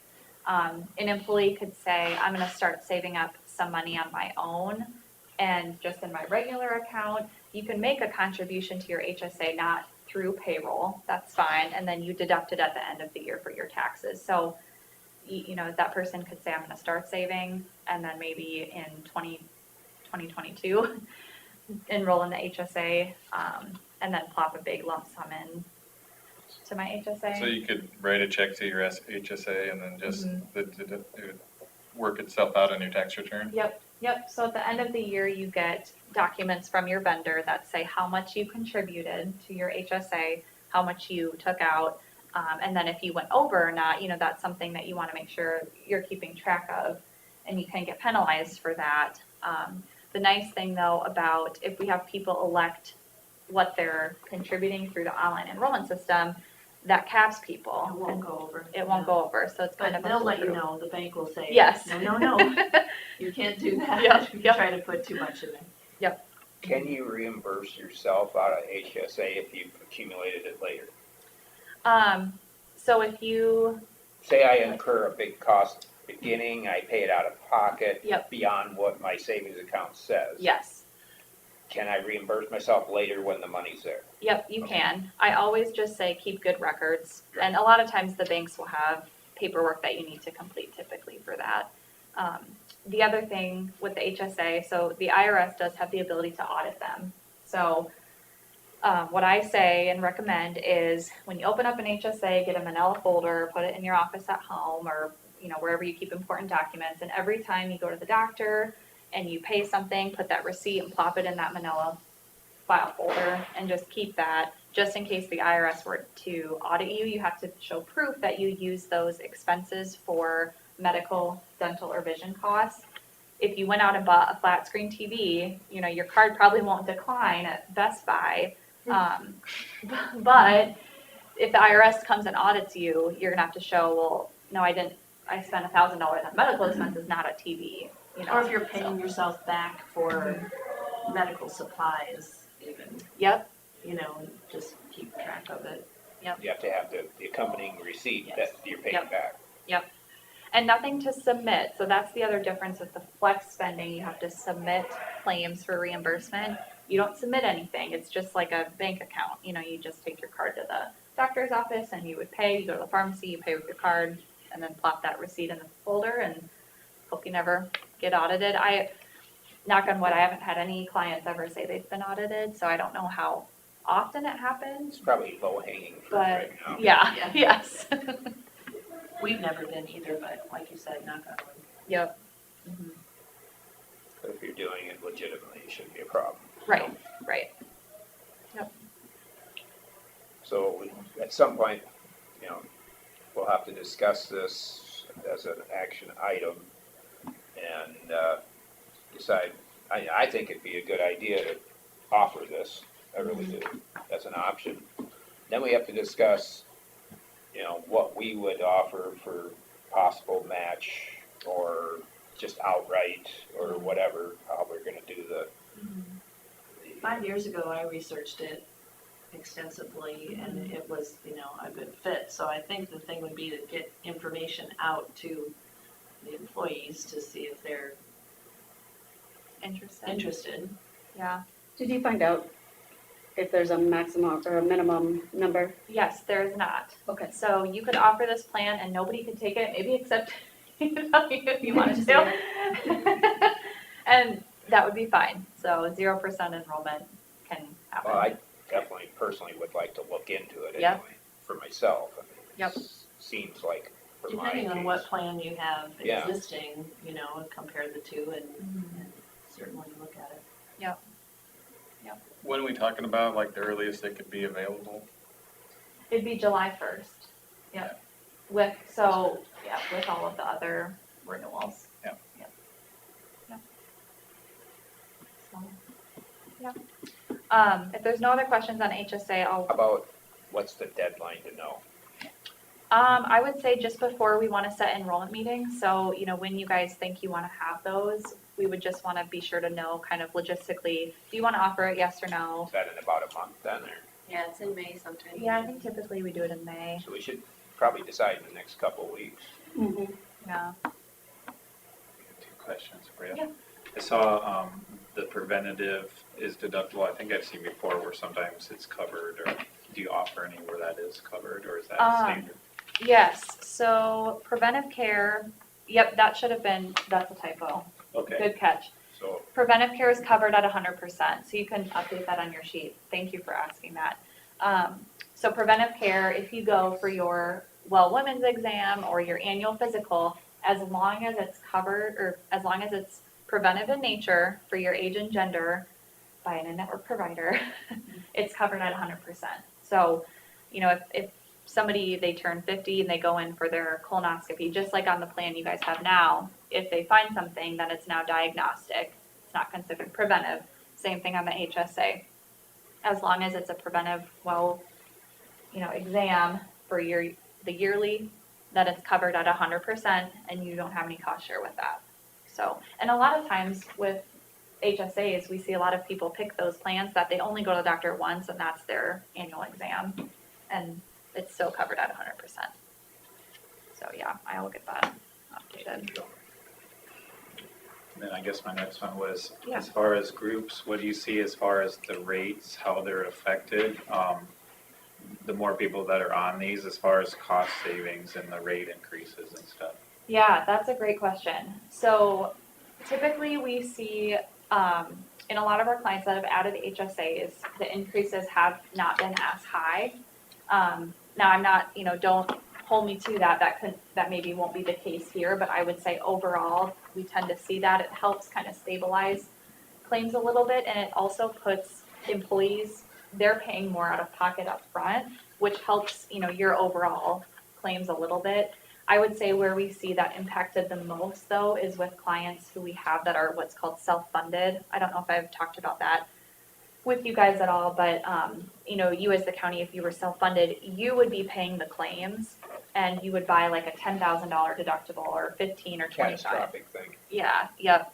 And it's still insurance, like Health Partners offers self-funded, Wellmark offers self-funded, but it can become a cash flow issue if you got a lot of claims We've paying looked out. into it before, when we were changing, Yep. we looked at self-funding, before we were partially self-funded, we had a fund that was going and, Mhm.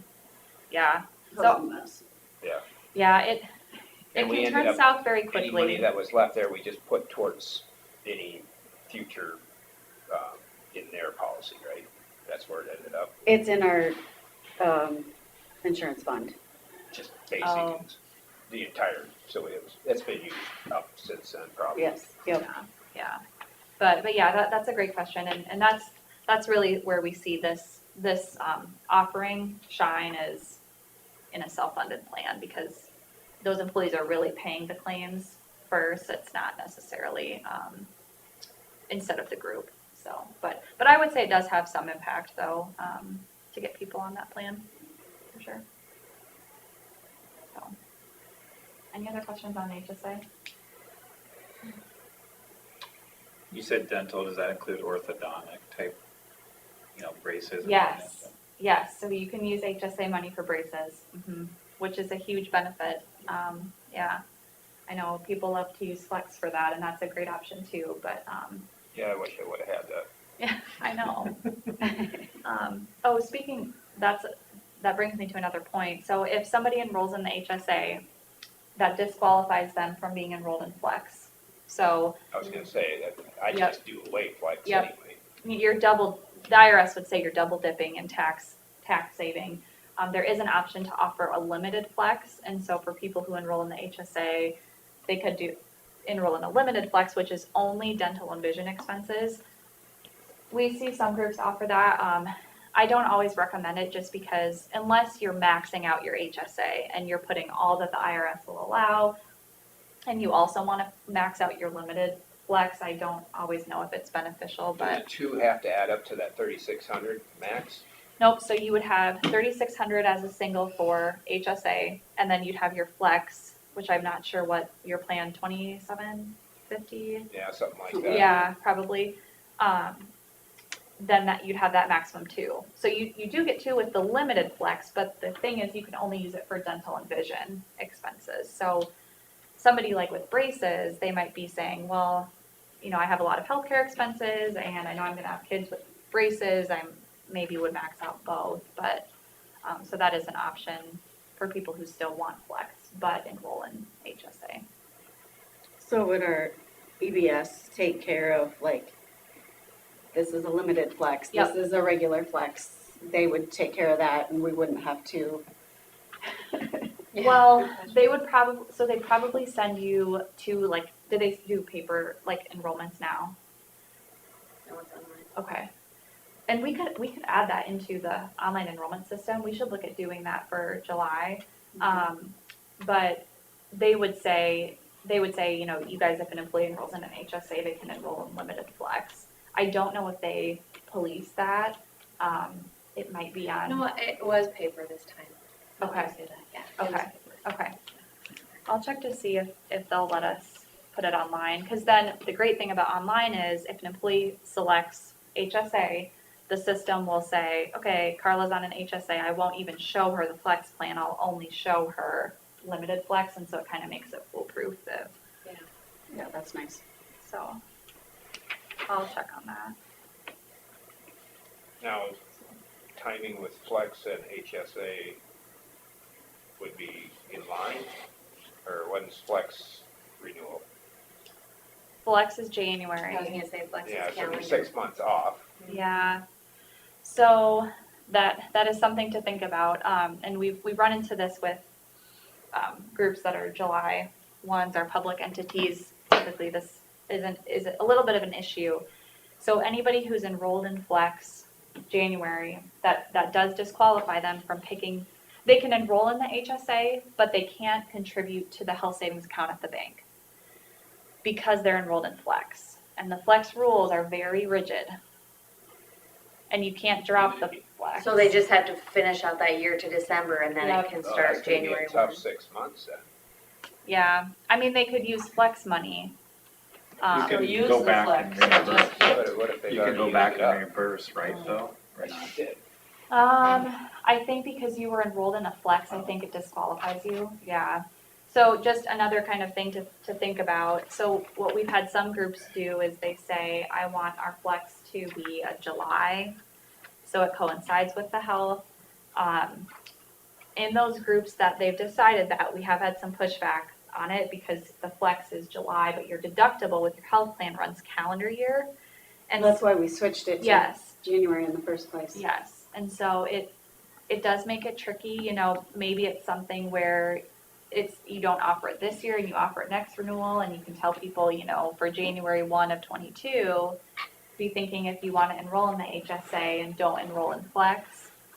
We've had some groups do that too, but yeah, the Flex is just so rigid. I wish it wasn't that way, but The bad thing is, I don't do the max on my flex, I just do a certain amount. yeah, And that just knocks me out of any qualification of right, HSA. yep. Yeah. So that is, yeah, I wish I could change that. But they just didn't do a limited HSA, where you can only contribute so Right. much. Mhm.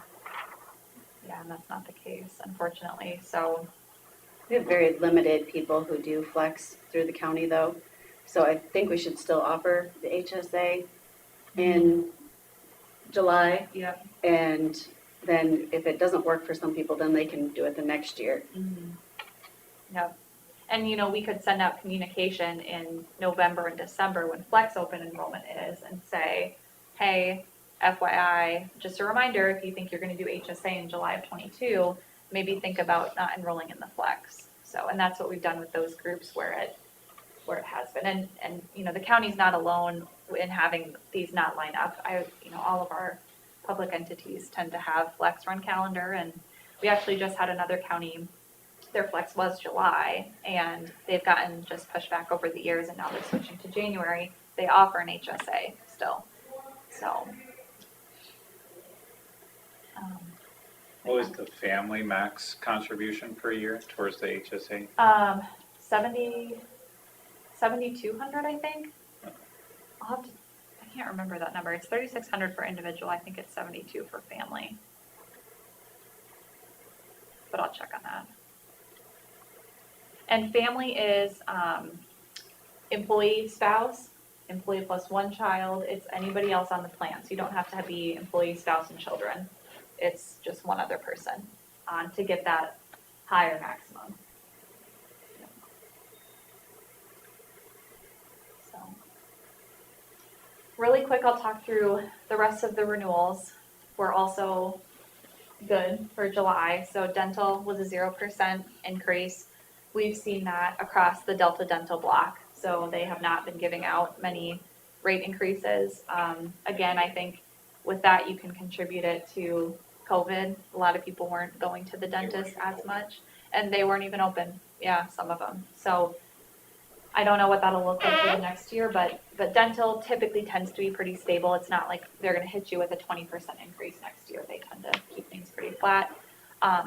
Avisus Vision, we're in the middle of a rate lock, and so no increase for July, so that'll stay the same. And then your life and disability benefits, those are all staying the same as well, so no rate increases there.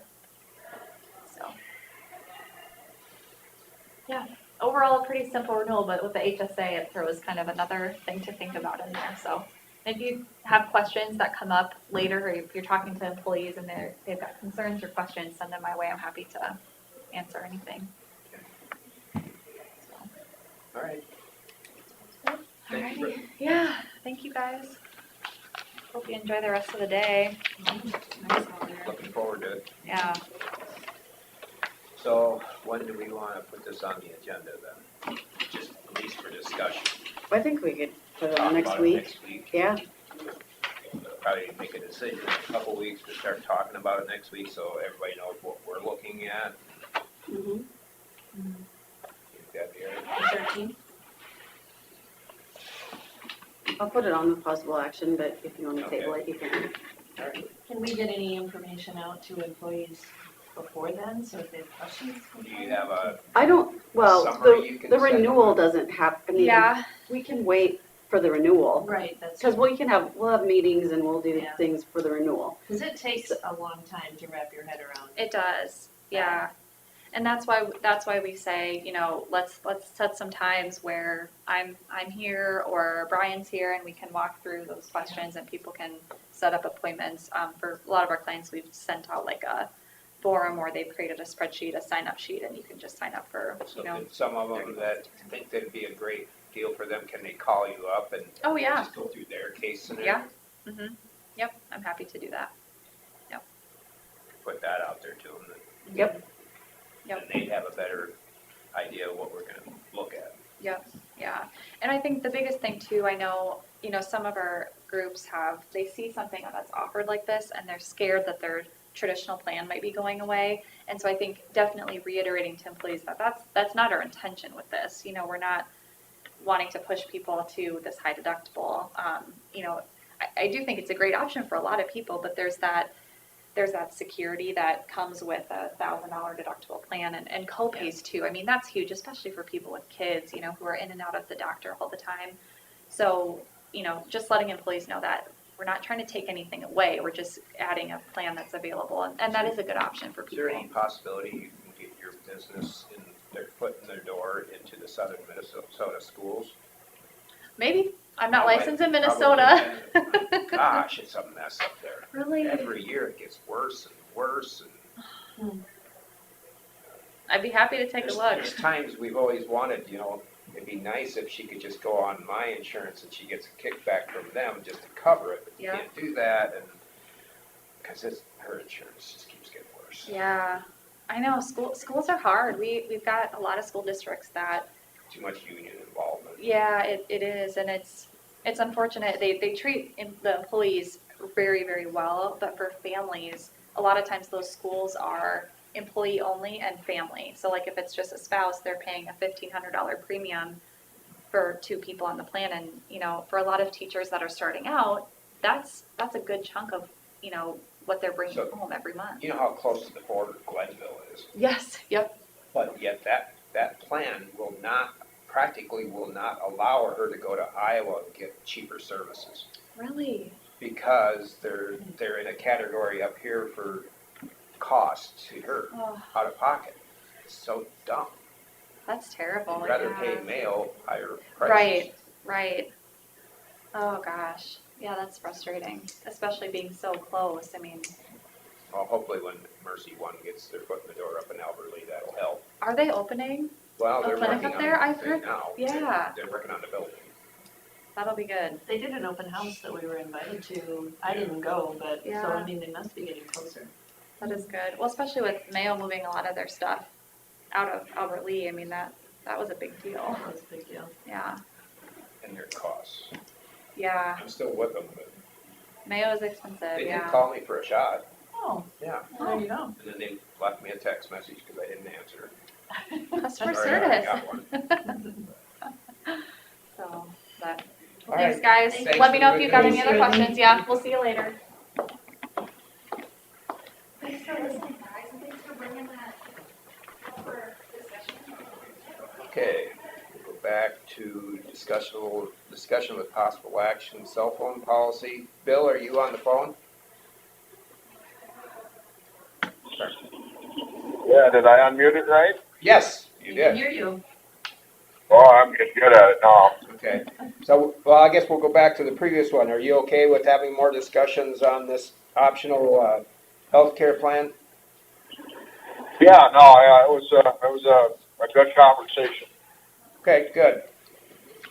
So we'll have, I don't know, you gonna email him out what we got, so you can look at it at home, or, I think we need to decide what we're gonna do first, and then let Brittany, well, I'm thinking just Bill, though. oh, Can he get this, yeah, if he could get this material, so Yep. he can look at it before next week? yep, that's fine. Okay, we'll try and get you the material that we have this week. Unless you wanna Okay. stop in the office and pick it up. Well, I might not be by there yet today. No, I'll that's just fine. email it to We'll you, just- Bill. Just so you can look at it before next week, too. Yeah, I can have my wife stop over there and grab it.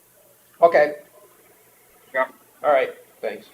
All right, so we'll go back to discussion with possible action, cell phone policy.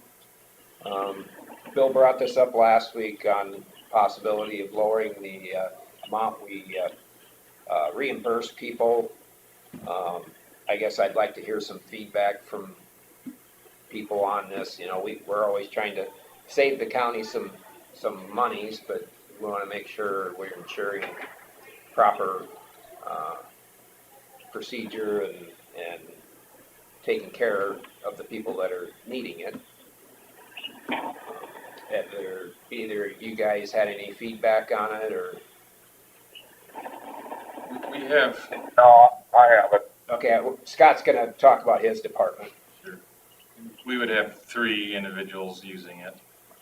And I asked them to use it thoroughly for county work, photos, data. Mine goes with our GPS unit. And we all carry just the one phone, our own phone. And it seems like it'd be a hassle to have a separate phone. And I think it's fair the way that it is. We'd like to stay the same. So you feel like the amount we're reimbursing now, which is gotta be close to the of whatever you're paying, is more fair because you use it enough, you justify it enough for your job. Yeah. Otherwise, we don't need a second phone. Okay. Eric, do you have any comment on it? Not really beyond last week. I think if you wanted to lower the maximum sum,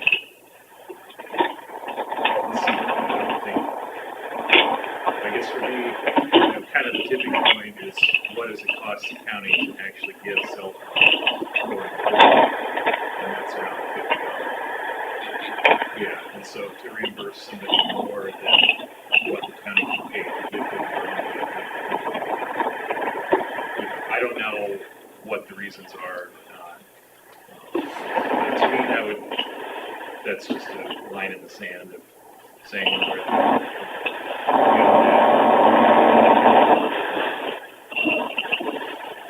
I don't know what the point of significantly lower than that is. It's small savings. What does that look like in terms of the whole thing? Okay. So you're getting reimbursed now too? I am. Okay, so there's 3 in roads and one there, and we've got Sue and who else? Robert, Robert.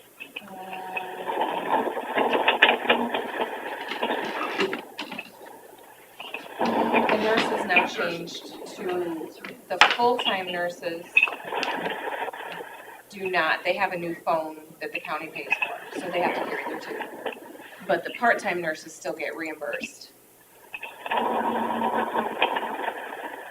So, And how much are they reimbursed, the nurses? depending on if they're, how part-time they are, some are $7 a month, some are $25. I think maximum's 25. Yeah, Maximum's and, 25. and then Julie and Allison each get 40. It used to be when, who was here before? Jane or Ruth, one of the two. That person got 40, and now they each get 40 instead of. Because they split the duties kind of. Oh. Right, but then they didn't split the cost. They still each get 40 instead of getting 20.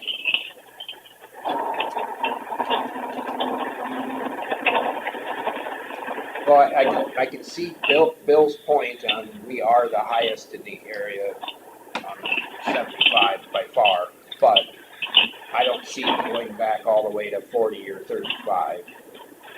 I kind of like, last week when we were discussing it, in my head, what was going through was more the $50 range like Eric was talking. To start with, just see how that goes. So if you could actually give a percentage, what percentage of your phone do you think you use for county business? Well, for me, I probably talk to my wife and my mom, and that's all, and then it's all county business. So you're not on checking emails and personal stuff on your phone all day long either, like me? I guess not a lot. I have a computer at home. I don't know, 50 or probably more heavily weighted contacts. So the devil's advocate here, because I'm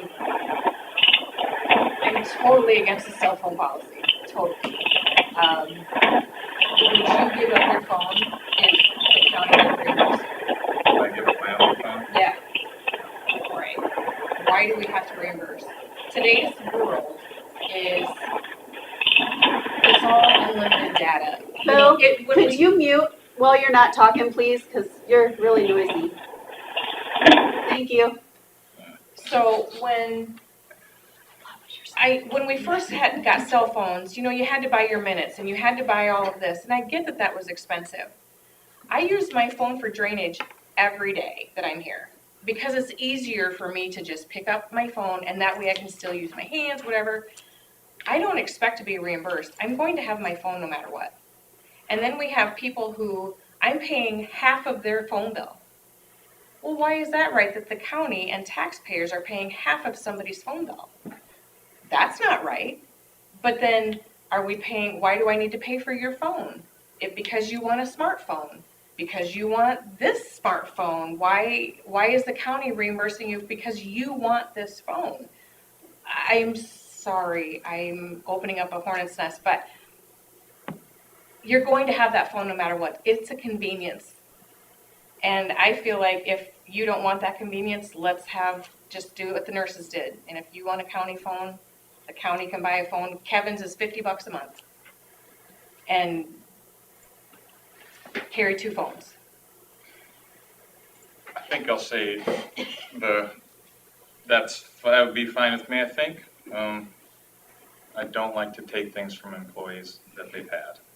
So I don't maybe either, for new employees, but maybe it it'd be a different shouldn't rule. have been in the first place. I mean, and to take it away, what, are they gonna quit? Probably not.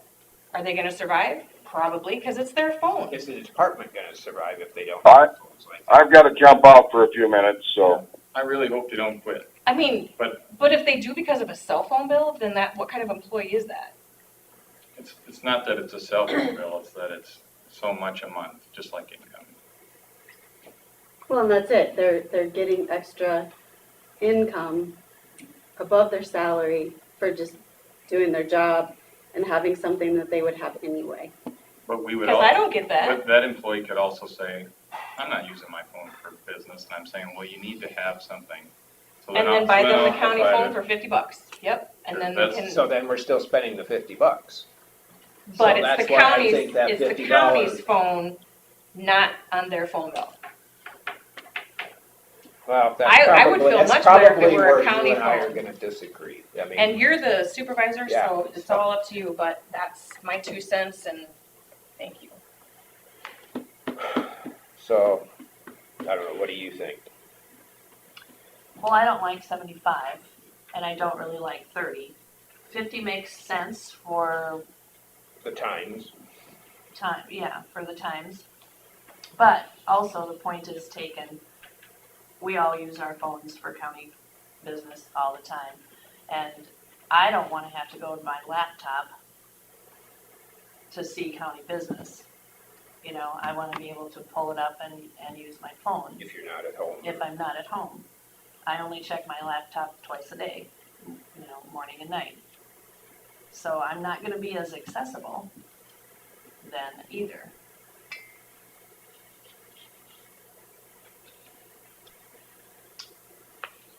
Well, I was hoping we might wanna wait to vote on this one until Bill comes back. Cause he was the one that brought it up to start with, so we've kinda discussed it now, we'll wait for Bill to get back and then we'll probably move on to the next one. We'll just table this for a little bit. Consider for approval change to policy book regarding supplemental insurance. What did we find out from Kelsey? I haven't heard anything from Kelsey. Okay, I think she was just gonna change that. okay, so she was, Just the plural and the. Yeah, just the plural. okay, so we're gonna make that simple change to the policy book So as long as that was done, we can make that motion. to We know approve the that was change done. to the policy book, yeah, Mhm. like we discussed last week. So I will make that motion. What, just a second, I just got back. What's the motion? We skipped the cell phone policy for now, we're on to the supplemental insurance policy. And we're Oh, making, okay. what we discussed last week was that simple, make it plural. And that was just the simplicity of it. And Yeah. so the motion from Susan right now is to make that change to make supplemental policies in the policy book, or supplemental insurance in the policy book. Will you second that? I will second that, yep. Okay. So I've got a motion from Smith and a second from Jensvold to make the change in the policy book to make it plural for supplemental insurances we would reimburse for if they would go off the county's insurance policy. Any further discussion on that? Hearing none, all those in favor say aye. Aye. Aye. All those opposed, motion carries. Consider for approval reimbursement of supplemental policies for Sandy Morales. She made this proposal last week. Did anybody have a problem with that now that we've changed the policy? I appreciate what Sandy's trying to do for the county, saving us money. And I really like our health insurance policy, let me tell you that. Yeah, and then we might have a different one. Oh, okay. I mean, another option Another option. with a health savings account. So, but I appreciate you doing what you've done. It's really quite a decrease in the cost. I was Yeah, it really is. surprised when I researched it. So. Yeah, And others may follow suit yeah, if it works well. if they can get more than one supplemental. Yep. So, I guess one of the questions I had, if you approve this policy, but we already approved the policy. okay, so is that going to be billed monthly, quarterly?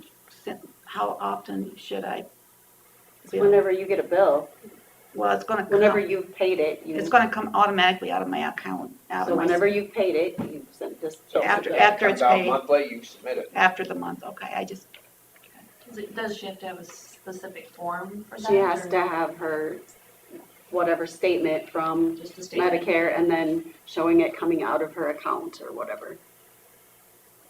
You'll know when you see it. well, I just know it comes out of my social security check. Oh, So. I yeah, mean, the Medicare will come out of my that social security check. documentation, so it'll come directly out of your social security. The Medicare will, but the supplement will come out of my checking account. Okay, so that's what you'll show. Okay. You'll have to maybe ask them for receipts, invoices or whatever. Well, I get, Because we're just paying for the supplemental policies. That's not what comes out of your Medicare, right? Medicare Part B and the Part D comes out of my Medicare. Okay, then we'll just need that statement. Okay, I just want to make Whatever sure I you pay understand for, how, yeah. how to do that. Yeah. You might have to have multiple invoices. And I'm an old person, I get paper in the mail. Bank statements. Makes it easier. I don't to go make online, forget Makes it. it easier to make a copy and then give it to Carla. But I just wanted to know how you want me to do that, you know, does it make any difference? However, you can find the invoices to do it with. Okay. All right, so I'll make a motion to approve the reimbursement of supplemental policies for Sandy Morales, and that'll begin July 1. I don't know for sure. I have to have Carla sign a form for Or me it could be sooner. whenever I get my Medicare set up, and I can't apply for the supplements in Part D until I get my Medicare, so Okay, it depends how long that takes, so. hopefully it's not too much of a lag time. I- Okay, so that was my motion. I'll second that. So I've got a motion from Derby and a second from Smith to approve the reimbursement of supplemental policies for Sandy Morales. Any further discussion? Hearing none, all those in favor say aye. Aye. Aye. Aye. All those opposed? Motion carries. Okay, we'll go back to number 15, discussion of possible action on cell phone policies. Bill, I do you thought we have were any? gonna wait till next week with that. We were gonna, I Oh, want just wait him on till the he was phone. on the line? Okay. That's how I heard it too, Carla, sorry. That's oh what I no, thought. I just Can you hear want me? Bill on the line. Yep, we can hear you. Okay. Do you want All to right. give your comments, Bill, on this? Well, it's, to me, I mean, I could probably settle for the 50. But really, I mean, even if you use your phone 85% of the time for your work, you're still, if you weren't using, if you had a different phone, you'd have another phone you were paying yourself anyway. So you, in a sense, you're still saving money by having the county just pay half of your bill. The argument that that I use my phone 85% for work, you know, in a sense, it's being somewhat unreasonable, I think. How about you, Susan? I feel like $30 is actually probably more appropriate for what people, Well, I make a lot less than the ones that are complaining about it, and I pay for my whole cell phone bill, so, but really the $30 is what I was leaning more towards, but, really, because they would have that other phone with the full bill anyway, if they want to go with a county phone, so. that's true. Just eliminate the whole thing, then there's no hassle. Well, I guess in my opinion, I don't see going below the 50. I think there are benefits to reimbursing cell phones, and I guess if there was a motion for 30, I probably wouldn't support it. So I guess you guys can do what you want to do, but that's my opinion.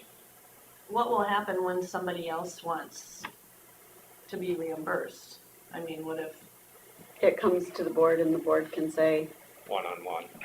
I want to. so it's each individual person. Mhm. So if supervisors decided that they would like that Oh, we can. as well, Yeah. then it would come I know forward. some supervisors that do get in other counties. Yeah, I do too. It's just how do you handle each of those people coming in You weigh it. now and wanting it? So they just have to get on the agenda, come in, ask to be reimbursed. If we decide 50, then we have to decide on an individual, you know, you're setting precedent. It's not individual. Cap. We set a policy with a cap, and then there's different, like, if your cell phone bill is, you know, for you, $50, we would pay up to, you know, like, whatever you decide. So, like,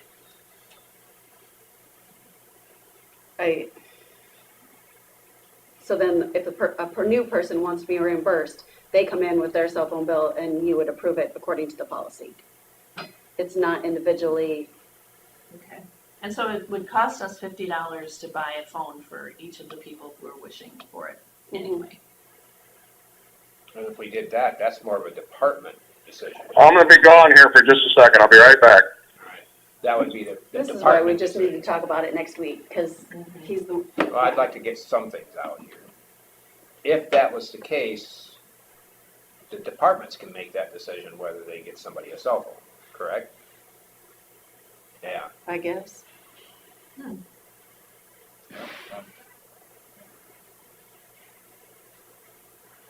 But how hard is it, how many companies offer 2 lines on a phone? I don't think it's really a feature of a cell phone company. It'd be more like getting an app and getting it set up. I guess I don't know off the top of my head. It's not something I've seen like advertised to me, and I haven't been. Well, the reason it came up for researching me was when they were putting in the AT&T tower by Thompson. Mhm. We were at our emergency management meetings, they said, and they will be offering, like fire departments could have Oh. the You second line. You can buy a specialized device that has Okay. 2 SIM cards in it and literally 2 cell phone plans attached to the same phone. So then you're paying twice and still only having But one if somebody else, if the fire department's paying for one part of it, Yeah, on your they phone. could activate that SIM and that number with that data but plan. it has to which be would coordinated probably with a certain company then, wouldn't it, or not? I don't think. Probably some limitations, but It would require you to have a very specific phone, and there's probably only a half a dozen of those available, and they're gonna be Yeah. expensive, and they're not gonna be the dollar phone from Verizon or US Cellular. That seems like a very complicated option. so like, you know, the other thing we've discussed is the phone plan. And the other thing we haven't really discussed is the people that have these phones also have to pay for the phone. And there's wear and tear on the phone. I well know that there's wear and tear on phones. The more you have it out, the more you carry it with you. and they're not cheap. So that's where I think $50, That's a good point, actually. I hadn't thought about it that way. I pay a You know, lot. I mean, you have the investment of the phone itself. So what's the county And gonna do? insurance If the county has to buy a $50 plan, they also have to come up with a phone. Is it just gonna be a really cheap, penny phone or something, or what is it? Well, and on the government plans, a lot of times you can get a penny phone or whatever it is. I guess that's kind of part of the whole discussion is, if Scott or Robert or somebody is expecting an employee to be available via cell phone, and it's a personal cell phone, and if they're not getting reimbursed and they flush their phone in the toilet or drop it in the lake or something like that, and they don't have one now for a while, they're gonna get one, but like, is that impacting their work? And to me, that sort of thought process plays into the decision of how to even go about, paying, how important is the phone to the person's job?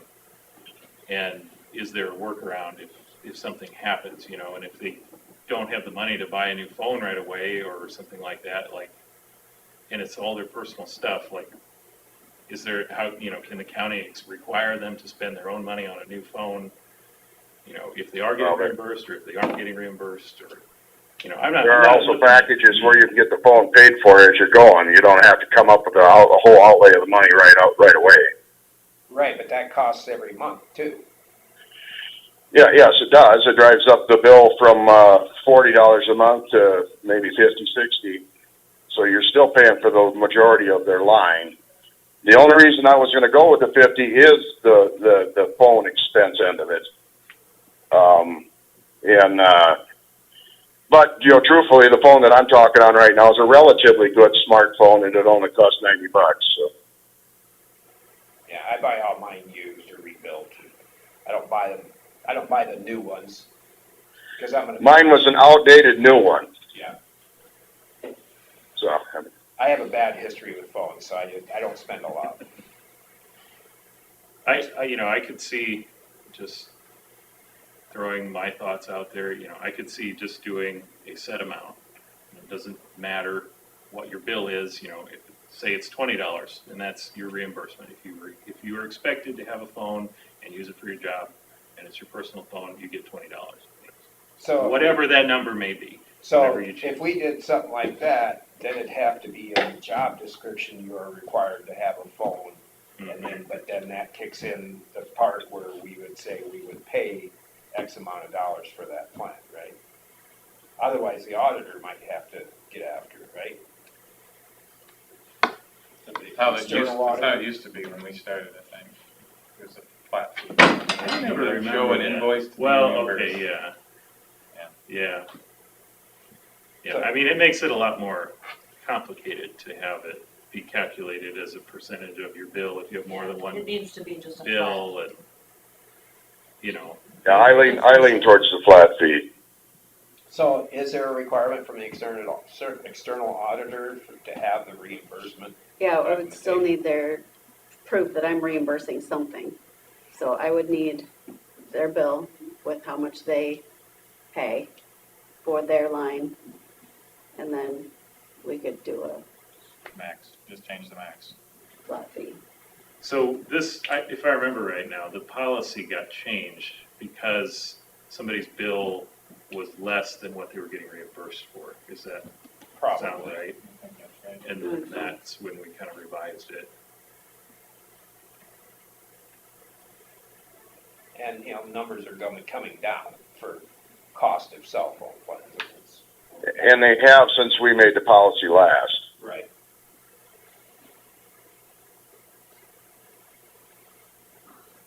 So where are we at on it now? What number are we looking at?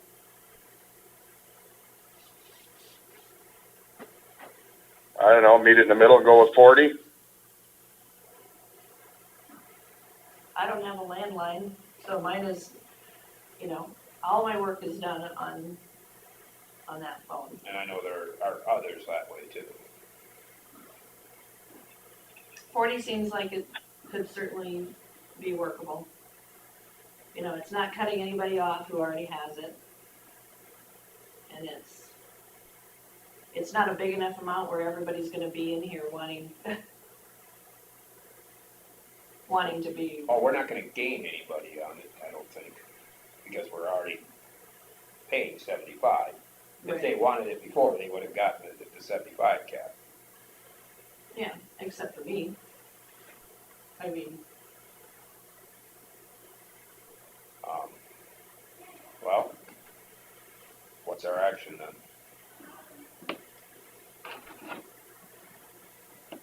Bill, are you gonna make an action? Oh, yeah, I'll make a motion to, lower the cell phone policy to $40 a month for all phones.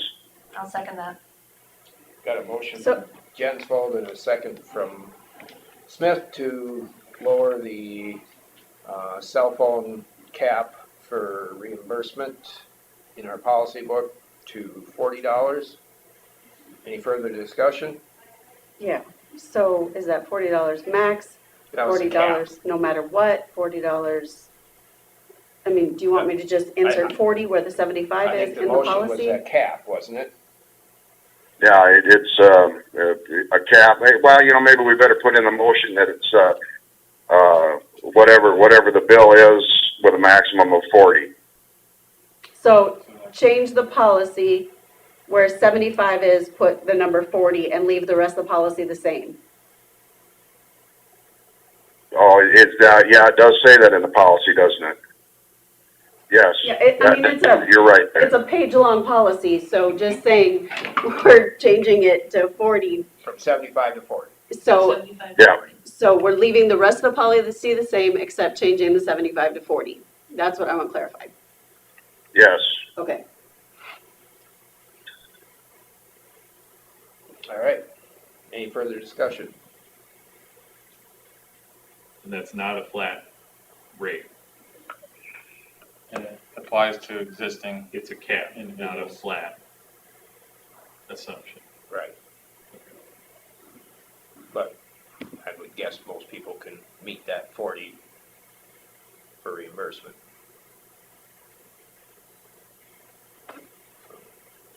All right. Hearing no further discussion, I'll proceed to vote on the motion. All those in favor say aye. Aye. All right. All those opposed? Aye. So, motion passes. Susan, you seconded that? I did. Okay. All right, where are we at on our agenda? Anything? What? 19? Oh, 19, yeah. Consider for approval semi-monthly county claims. Did anybody have questions on them? Nope. I'll make a motion to approve the semi-monthly county claims. I'll second that. Got a motion from Jensvold and a second from Smith to approve the semi-monthly county claims. All those in favor say aye. Aye. Aye. Aye. All those opposed? Motion carries. I think that's it on our agenda, isn't it? All right, stand adjourned. All right. Thank you for putting up with me getting in and out. Sorry about all this. Made it work, didn't we? Yeah. It's a good thing I've All never right, gone. you guys. What was that? I said, it's a good thing I've never gone.